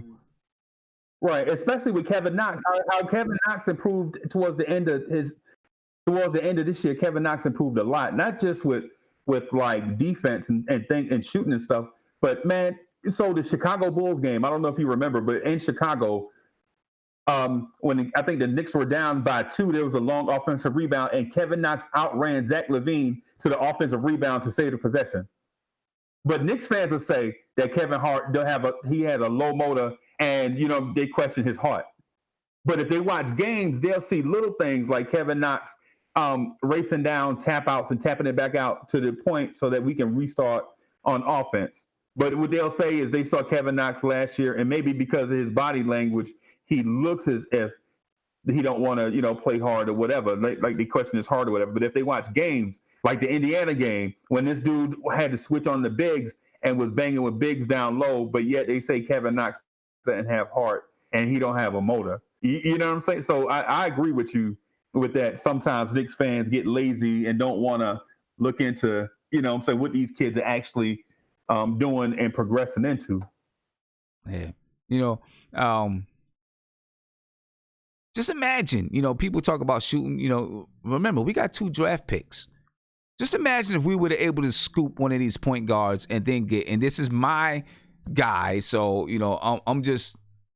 I'm going by the guy that I like. He's one of my favorites in the draft, Sadiq Bey, right? So if we could get one of these point guards and then get Sadiq Bey too, man, talk about having a young group, man. You know what I'm saying? He can play defense. He can shoot. I mean, he adds a lot of those just little basketball nuances to the game that he has, man. High basketball IQ. If I'm the Knicks, I would really be looking to trade up for this guy. If I got to package the 27th and the 38th, to try to move up and get him, would we have to give up a player? I don't know, but I'd be looking to try to move up in the draft and get this guy. JNN, yes, we have 3. We have 2 in the first round, 1 in the second. I would love if the Knicks could get a guy in the 6, if they get in whatever they get in that top 10, they get a guy there, and then they're able to get Sadiq Bey. I'd be happy. I'd be real happy. And you know what? We don't talk about much either. So the draft lottery. So with the draft lottery, we can't necessarily go by the way the standards are today because all the teams have played a different amount of games, right? But if they just do the cutoff, every team has played 63 games. So if you go by the 63-game record, the Knicks will be in the top 3 with a 25% chance of getting the number 1 pick, right? So if that's the case, if that's what we go by and don't continue the season, then we'll likely be able to pick somebody in that top 3 and, get the guy and then go back and then get Sadiq Bey with that in that trade-up situation that you mentioned. So we get Anthony Edwards and Sadiq Bey in the same draft. Yeah, you know what I'm saying? I think that would be a haul. Yeah. Oh man, if you got Anthony Edwards and Sadiq Bey, that'd be crazy. For me now, guys in the chat are like, that Sadiq Bey is slow, and he is. He's mad slow. He's like molasses out there. You know what I'm saying? He's slow, but he can play defense though. You know what I'm saying? So however it is, he's able to, take his angles. He understands angles and those type of things. He's slow. He is. He's not going to zoom up the floor and do all those type of things, but I don't know if you need him to. You need him to run outside that 3-point line. You need him to play defense on 2 or 3 positions. You know what I'm saying? You need him to, be that guy on the floor that can take care of some of those little nuances of the game. You know what I mean? I like him. I really like that kid. Right. I really like that kid. Right. And then he's also a guy with a high basketball IQ that won't say that in a close game you down by 4 with 5 minutes to go, he's not going to make a stupid play that's going to lead to a 10-0 run and then you lost the game. The dude is going to value possessions, make the right pass, switch defensively, call out stuff. Offensively, his only drawback offensively is that he doesn't have, foot speed. But if you have a point guard already, say a LaMelo that you drafted with the number 1 pick, LaMelo can hit him in his spot. Now, if he's spotted up, he's money. You know what I mean? So no player drafted is going to be perfect. But if we can get one that we can add to the core and maybe have him improve over time. Yeah. And someone asked, how do you play defense in the NBA and you're slow? I just said it. Angles. Defense is not just about foot speed. Some of it's about foot speed. Defense. Right, exactly. Some of it's about foot speed, but a lot of defense is about angles. The angles that you're able to take with your feet. Right. You know what I'm saying? You set your feet up in certain angles. Right. You understand that this player is, you study your players. And you know they're going to try to do this. They're going to try to do that. You use your length. You use your size a little bit. Right. And you understand how to move your feet. Right. Right. And the angle to take when you're playing a certain player. Right. Hey. Listen, I'm 44 years old. Right. I'm slow now. I used to be fast. I'm slow. When I get out there and I play defense on younger players, I understand the angles to take. I understand this kid don't have a left hand. Now, I know NBA, right? Everybody's going to have a left and a right hand. But I look, and I'm watching my guy when I'm playing defense on him. You know, so, I feel him out a little bit, and then I figure out what's his weakness and what can I do.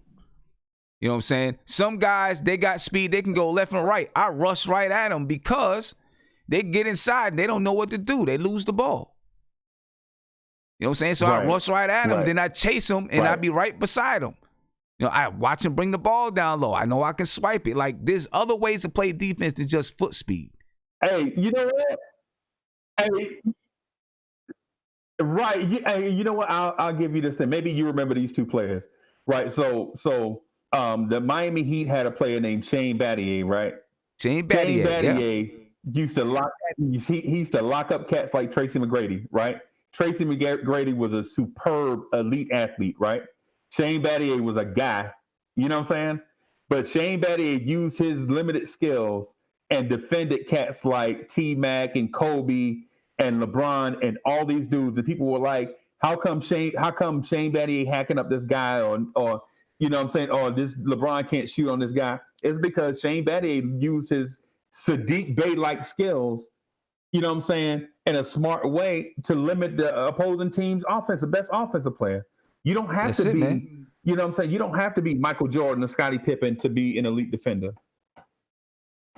That's it, man. And I see Gregory Castillo said, Sim, you still locking people up like the glove. Yeah, still locking them up, especially when you're playing somebody young because they're young and dumb. They don't know what to do.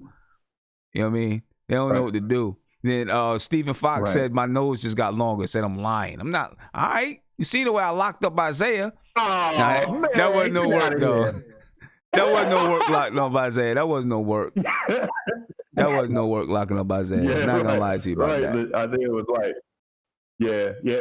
But if we can draft us and people probably don't like Shane Battier, but if we can draft us a player like in that mold, like a guy that's going to be a quality, high IQ, high character, smart, skilled player, then why not draft him and add him to the core? Because there's in today's NBA, there's no team that will turn down elite 3-and-D wing defenders.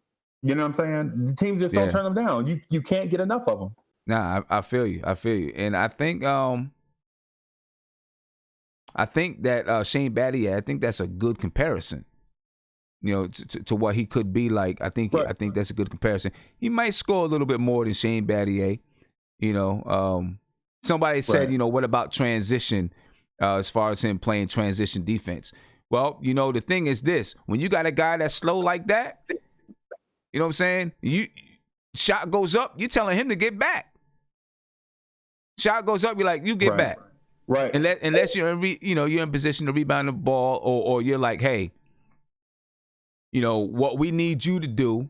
I mean, there's several ways that you handle it. You can tell the guy to get back. You know what I'm saying? Or, they're on the free throw line. He's one of the guys you ask to get back. Or, when the other team rebounds the ball, you have him stand there and hassle the point guard for a second. You know what I'm saying? So that everyone else can get back. Right. You have him hassle the point guard just for a second. The point guard's going to beat him, but you say, okay, all right, you didn't get the rebound, but we want you to hassle the point guard, or you hassle the person who got the rebound. Just put a little bit of pressure on them so everybody else can get back. So there's ways. There's ways. It just takes good coaching. Right. There's ways. And transition defense is still team defense. Still team defense. So if it's a 3-on-2 or 2-on-1, and 2-on-1, it probably won't be team D. It's just one person, but 3-on-2 or whatever, any odd side rush, it's still team defense. Yeah. And then plus you got out of bounds playing as a man to help you and all time. You know what I'm saying? So regardless of what, man, Right. We think of these scenarios, and them things probably happen just one time a game. Russell Westbrook exactly. and a foot race with Sadiq Bey. So what? That might happen one time a game. And Edward Hunter, he's like, is he really that slow? He's not that slow though. You know what I'm saying? He's slow, but he's not that super duper slow. Let me see if I can get to Nick. Is Nick ready? He's just okay. Is Nick ready? I don't know if Nick is ready. Talk to him. Yeah, talk to him. I'm trying to get to Nick, man. I don't know what's going on. Let me get to a couple of these super chats. Hey, Nick, can you hear me? I'm trying to get to you, Nick. Armando Chico, thank you for the super chat. You said, we got a great point guard now. She plays for the Liberty. Okay. And then Ishmael Rivas, thank you for the super chat. You said, great show tonight. RJ has heart, great work ethic, has the potential to average 22 points. 6 rebounds, 5 assists in the next year. He's a cornerstone of the franchise. Mitch is one-dimensional, lazy, and undisciplined. Ooh, that's a harsh criticism on my boy Mitch. Jeez. Nick, what's going on, man? Hey, what's up, Sam? What's up, man? Basically, we're talking about building around RJ and Mitch and whether or not these are the two guys to build around or can build around. And if Frank Ntilikina, Kevin Knox, are they part of that nucleus? Can you see a nucleus where the Knicks draft the point guard and then you got that point guard, Frank, Mitch, RJ, Knox as a group that you're rolling with? So everyone likes to bring up Golden State and all this stuff. And I think that's kind of like pushing it to the highest limit on what this team, like the team to build. But there's a lot of respectable teams underneath Golden State. For example, we could build a team like Detroit, a bunch of guys that are good in their own role. If you define roles for them, and they could handle themselves, they could handle the ball, they could shoot, they could defend if you get the right guys. So if you talk about like Anthony Edwards, that immediately becomes similar in a sense, like a 3-point shooting, could drive to the ball version of Rip Hamilton. And I'm trying to loosely associate it, but then you have RJ could play, I guess, whatever role he plays. You could have a bunch of guys that have a high bar or a high ceiling, or actually I should better say a high floor, and it means the whole team level is higher because we could defend, we could pass, we could shoot. And I think that's the easier route based on the talent level that we got from the draft picks that we have. Frank isn't a first overall pick. He's an 8. He's like 8 or something like that. So how good is he? He's good enough to be maybe a poor man's Chauncey Billups. Could defend, could pass, could shoot, if he develops the shot properly. Same thing for RJ. He may not be LeBron level, or he may not be Klay Thompson ever. He may not be Iguodala, but he could be a step below that. And as long as the sum of all parts come together, connect like Voltron, if you want to say, and they make sense, could defend, pass, shoot, it's an easy nucleus to build around, because then you're just filling in the blanks on what other guys could do for you with the bench, et cetera, et cetera, et cetera. If you get LaMelo Ball, same thing. You're going to need some guys to cover up his warts on defense. And you're going to need the coach to inspire him, because to me, some of the tape I see, he doesn't really look like he plays inspired defense. So what kind of coach would that be? Would it be Tibbs? Would it be Kenny Atkinson? I think Kenny Atkinson could bring out the most out of him, but, it just depends. You got to choose your route on which direction you want to go to build this team. Okay. All right. What's your take on Brock Aller? Yeah, so I always wanted the Knicks to get a capologist. That was one thing that I always felt like they needed someone in the room to say, you know what, fellas, this doesn't make financial sense. Going back to Joakim Noah, going back to the Hardaway thing, like there has to be someone to oppose everybody and say, you know what, too much money. Or if we want to do like to be flexible, like they've done good so far to be flexible, but they still need some more work on like how to balance the books. because they got to have tradable contracts in there too. Because, like every team has a guy that helps them make the trade, because there's so many superstars that say, hey, look, I want to get traded. And we always think, man, who the hell is going to trade for this guy? And Chris Paul is traded in the middle of the night. Like stuff like that is just kind of amazing, because like the contracts and the flexibility has to be added into every single thing that we do going forward. And it actually makes me feel good that Leon Rose is thinking ahead like that. Yeah. I like the guy. I really do like the hire, and I think he's having a capologist. I don't know if we ever have, but someone who can understand the nuances of the salary cap, who can understand all the loopholes and those type of things. It's important. One thing I can say about Leon Rose, and I would like to know your take on Leon Rose so far. It seems like he's a little bit more calculated. I don't know the inner workings. You know what I'm saying? Like we're not hearing a bunch of leaks. We're hearing little tidbits, and that could be some of the old guard just leaking stuff and all that. Right. But like the thing about Leon Rose, it feels like he's thinking about each and every single step. Capologist today. He's a respected guy, has a reputation around the league. Keeping Scott Perry along, has a reputation, a guy that has done good at least to this point. Not necessarily like with the KP trade, they got the best that they could get at the time. I think it was rushed. Whatever happened. But at the same time, he's still respected. Scott Perry is, and Scott Perry has a reputation. And we're holding on to him, even if it's just for the draft. I don't think Scott Perry will do that bad on the draft. It's like it seems a little bit more calculated. I want to see what this offseason is going to turn out to be. Even just the idea of, I wanted to assess Kevin Knox before the end of the season makes sense. But the fact that he said, hey, look, Mike Miller, you make the decision on who you want and still try to win games. Like that holds weight to me, because it's not like he said, Mike Miller, you don't have a job anyway. Play this guy. I got to see this guy, Kevin Knox, because we got to know if he's going to have a future, and forget your wins, forget what you may want to do. Like that. It seems like you respect everybody's role. I feel the same way. Yeah, and I do think he's calculative. We'll see, but I think even with Mike Miller, it was, he didn't tell him who to play. He said play the guys that you think are going to win, and part of that is evaluating Mike Miller, right, to see how he can do trying to win games. Exactly. I do think that he's, with this hiring, is kind of, silent. We did hear about it weeks ago, but when I say silent, I mean it's not some big flashy name, someone who he's had dealings with. That's another thing. He's dealt with him on the opposite end, right? Yeah.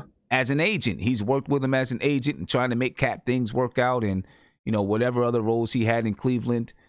So he's making a calculative decision, and someone that he's had experience and understands that, hey, this guy knows what he's doing with the books, and this guy knows what he's doing as far as helping to run an organization and those type of things. So I do, and I, I'm holding a reservation, but I'm feeling more and more comfortable with the decisions that he will make. Yeah, because you know what everyone said, and I did my rounds on it, both on Worldwide West as well as Leon Rose. Everyone says one thing about Leon Rose. Leon Rose just flat out, he's a thinker. He's strategic.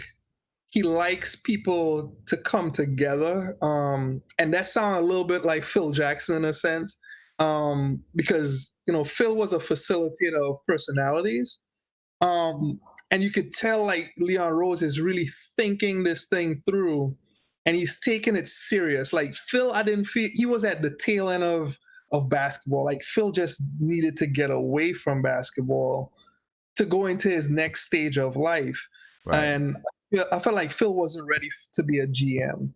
But with Leon Rose, it feels like he's like, okay, you know what? I'm ready for the next step of my life. I've been successful as an agent, and I'm going to put my best foot forward. And I'm not going to rush. I'm not going to trade, and I'm going to assess people. And you're not hearing stupid things. Even if they don't keep Frank or they don't keep Knox or whoever, you feel there's a sense, at least with me, that he'll try to make the best decision all around for the team today and 5 years from now.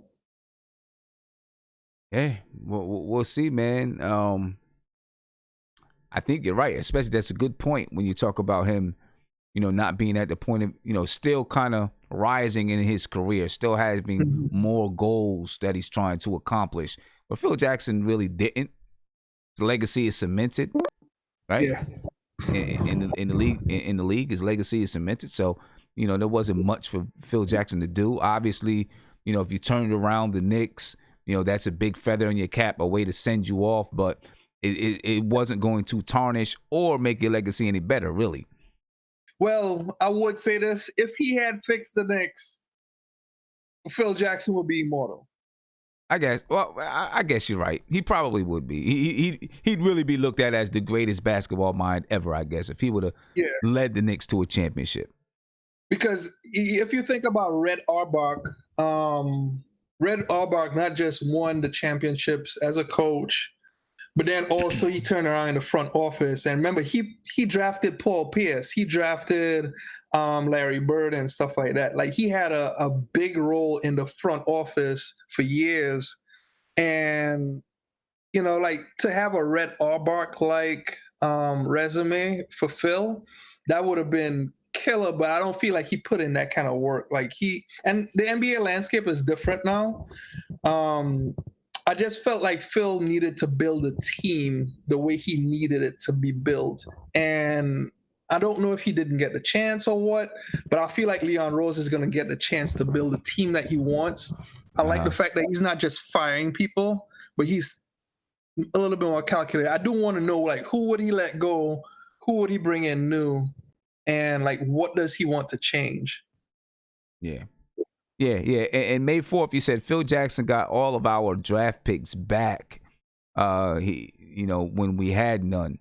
I don't know if he got them back. He just didn't trade them. Yeah, he trade them. Yeah. He just didn't trade them. He didn't go out and make moves to get them back. He just didn't trade the draft picks. And I'm not saying that. Listen, I was on board with the way that Phil Jackson was thinking. I really was.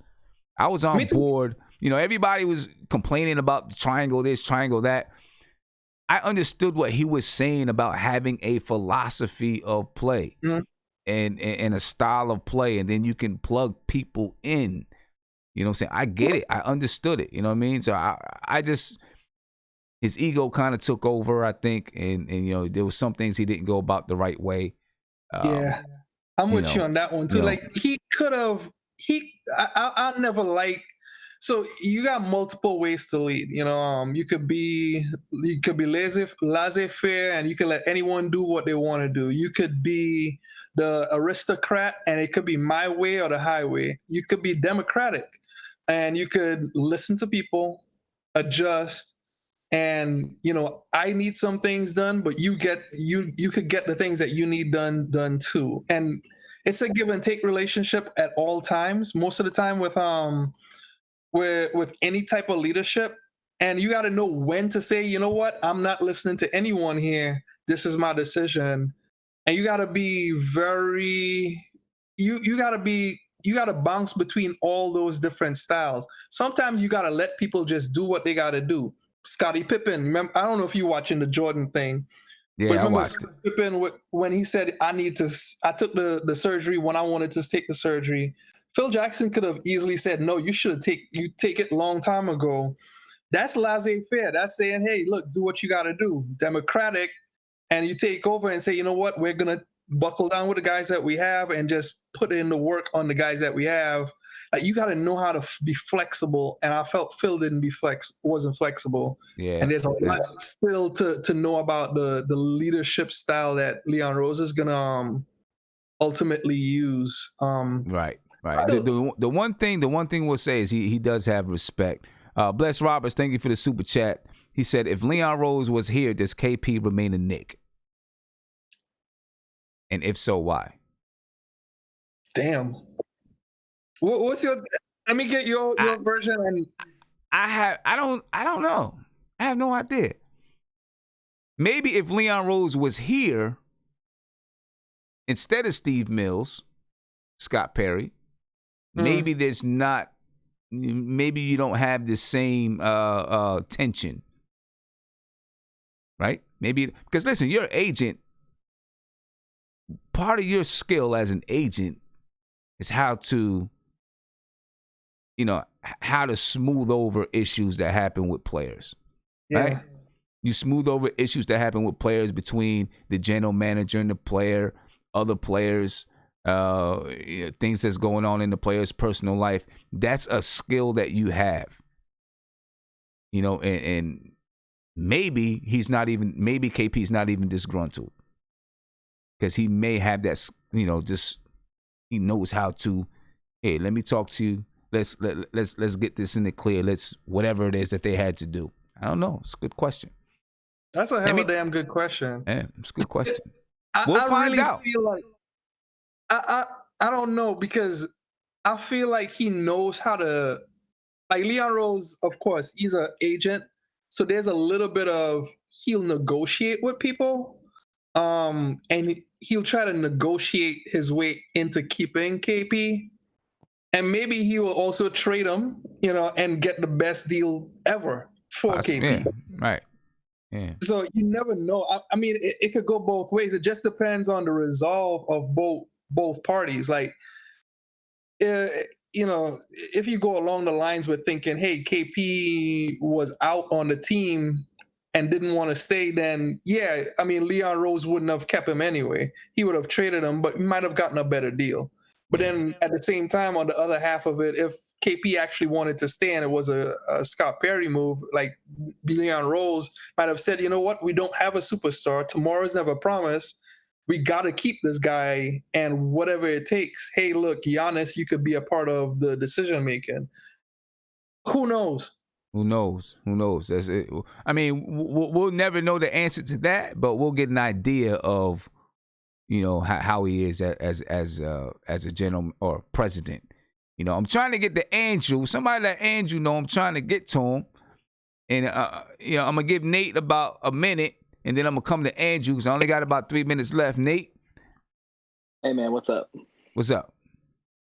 So just a really interesting thing that I never really thought about with Leon Rose is that when we talk about our young guys and, trying to extend them and getting new contracts and all that, or, bringing in free agents, like having a president that is an agent, that thinks like an agent and understands how the process works, working deals and all that, that'll be dealing with other agents from other teams, that could be a big advantage for us because they speak the same lingo, they speak the same talk, and Leon Rose is not going to be outsold or outbid by another agent.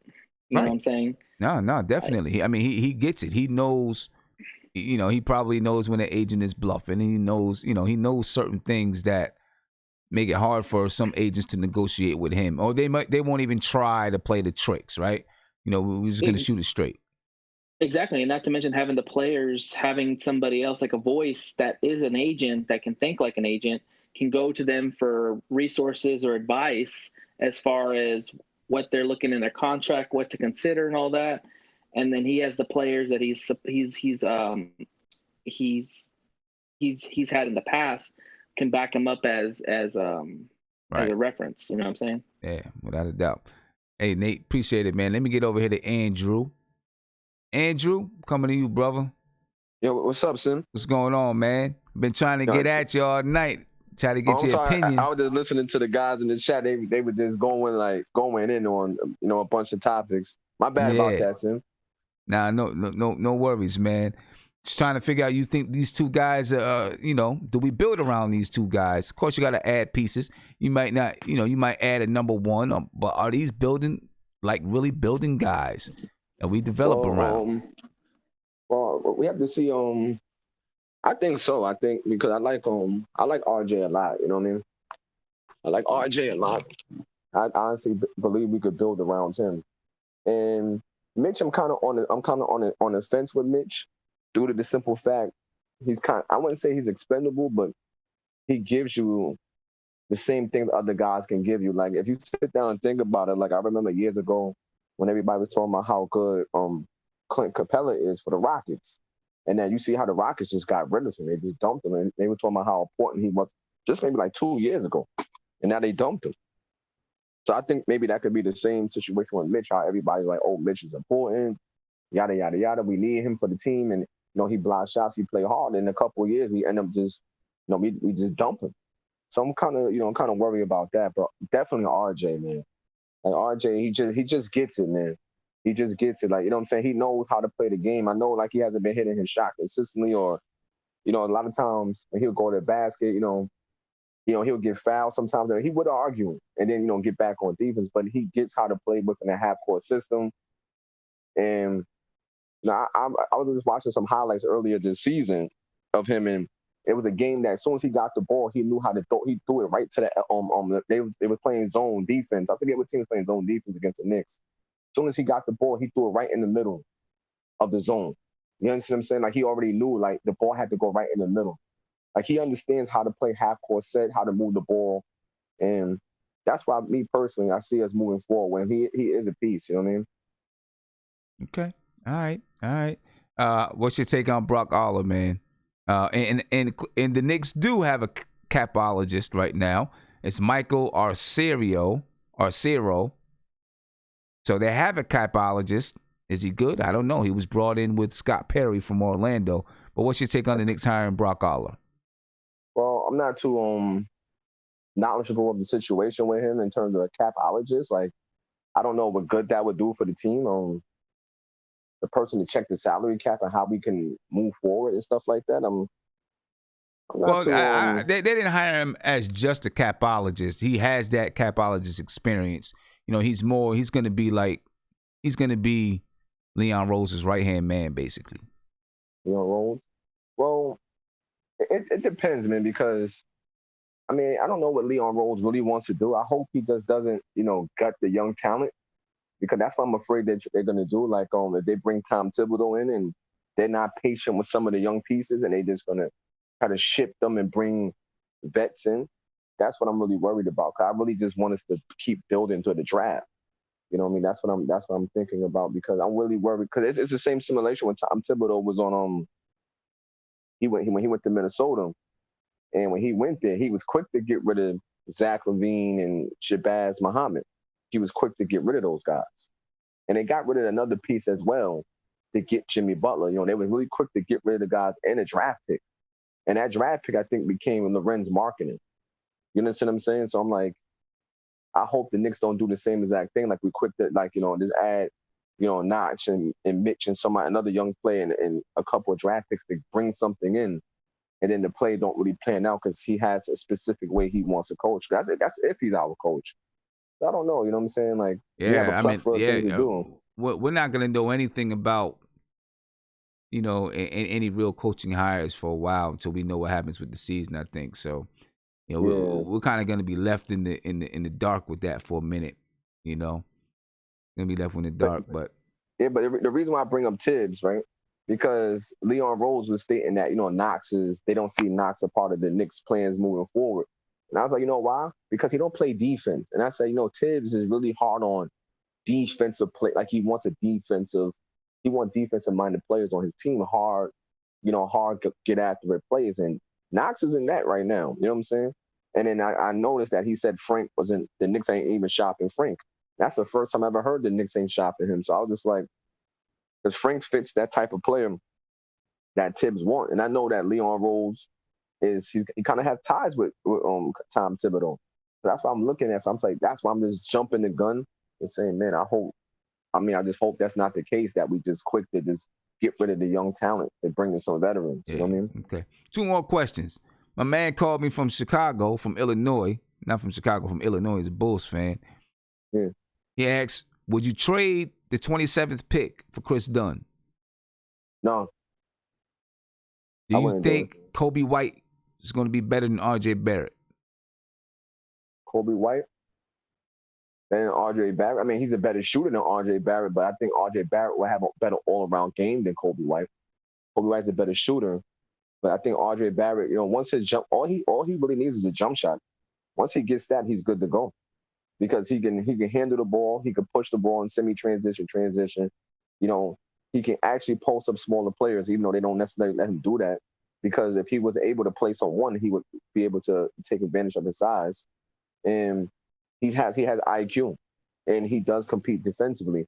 Kobe White, yeah, he can shoot the ball, but defensively, I don't think that he would be, I don't see him as a top perimeter defender.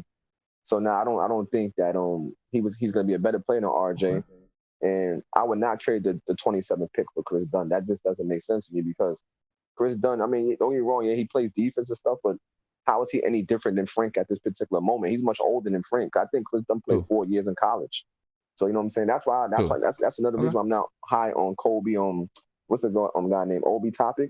Because he played 4 years in college. So you already know what you're getting from. It's kind of like Josh Hart. When Josh Hart came and everybody Obi Topic didn't play 4 years in college. He only played 2. He's a sophomore, but he's an old sophomore. He's 22 years old. He's 22. Yeah, so that's the thing. I mean, I'm not that high on him due to that. I feel you. Well, hey, man, I appreciate you, man. I'm about to head up out of here. All right, it's 12:30. I'm about to get up out of here. I appreciate you guys, man. And big shout out to Calvin Elmore. Thank you for the super chat. I appreciate you for the super chat, man. It's late, ladies and gentlemen. It's 12:36. I've been on later, but I've been on since about 9 o'clock. I already been on for about 3.5 hours. If you didn't catch the show on Sportscaster, make sure you catch the show on Sportscaster. And then and part of that show is on YouTube as well. So make sure you check that out. We talked about the Knicks stargazing. They're looking for stars.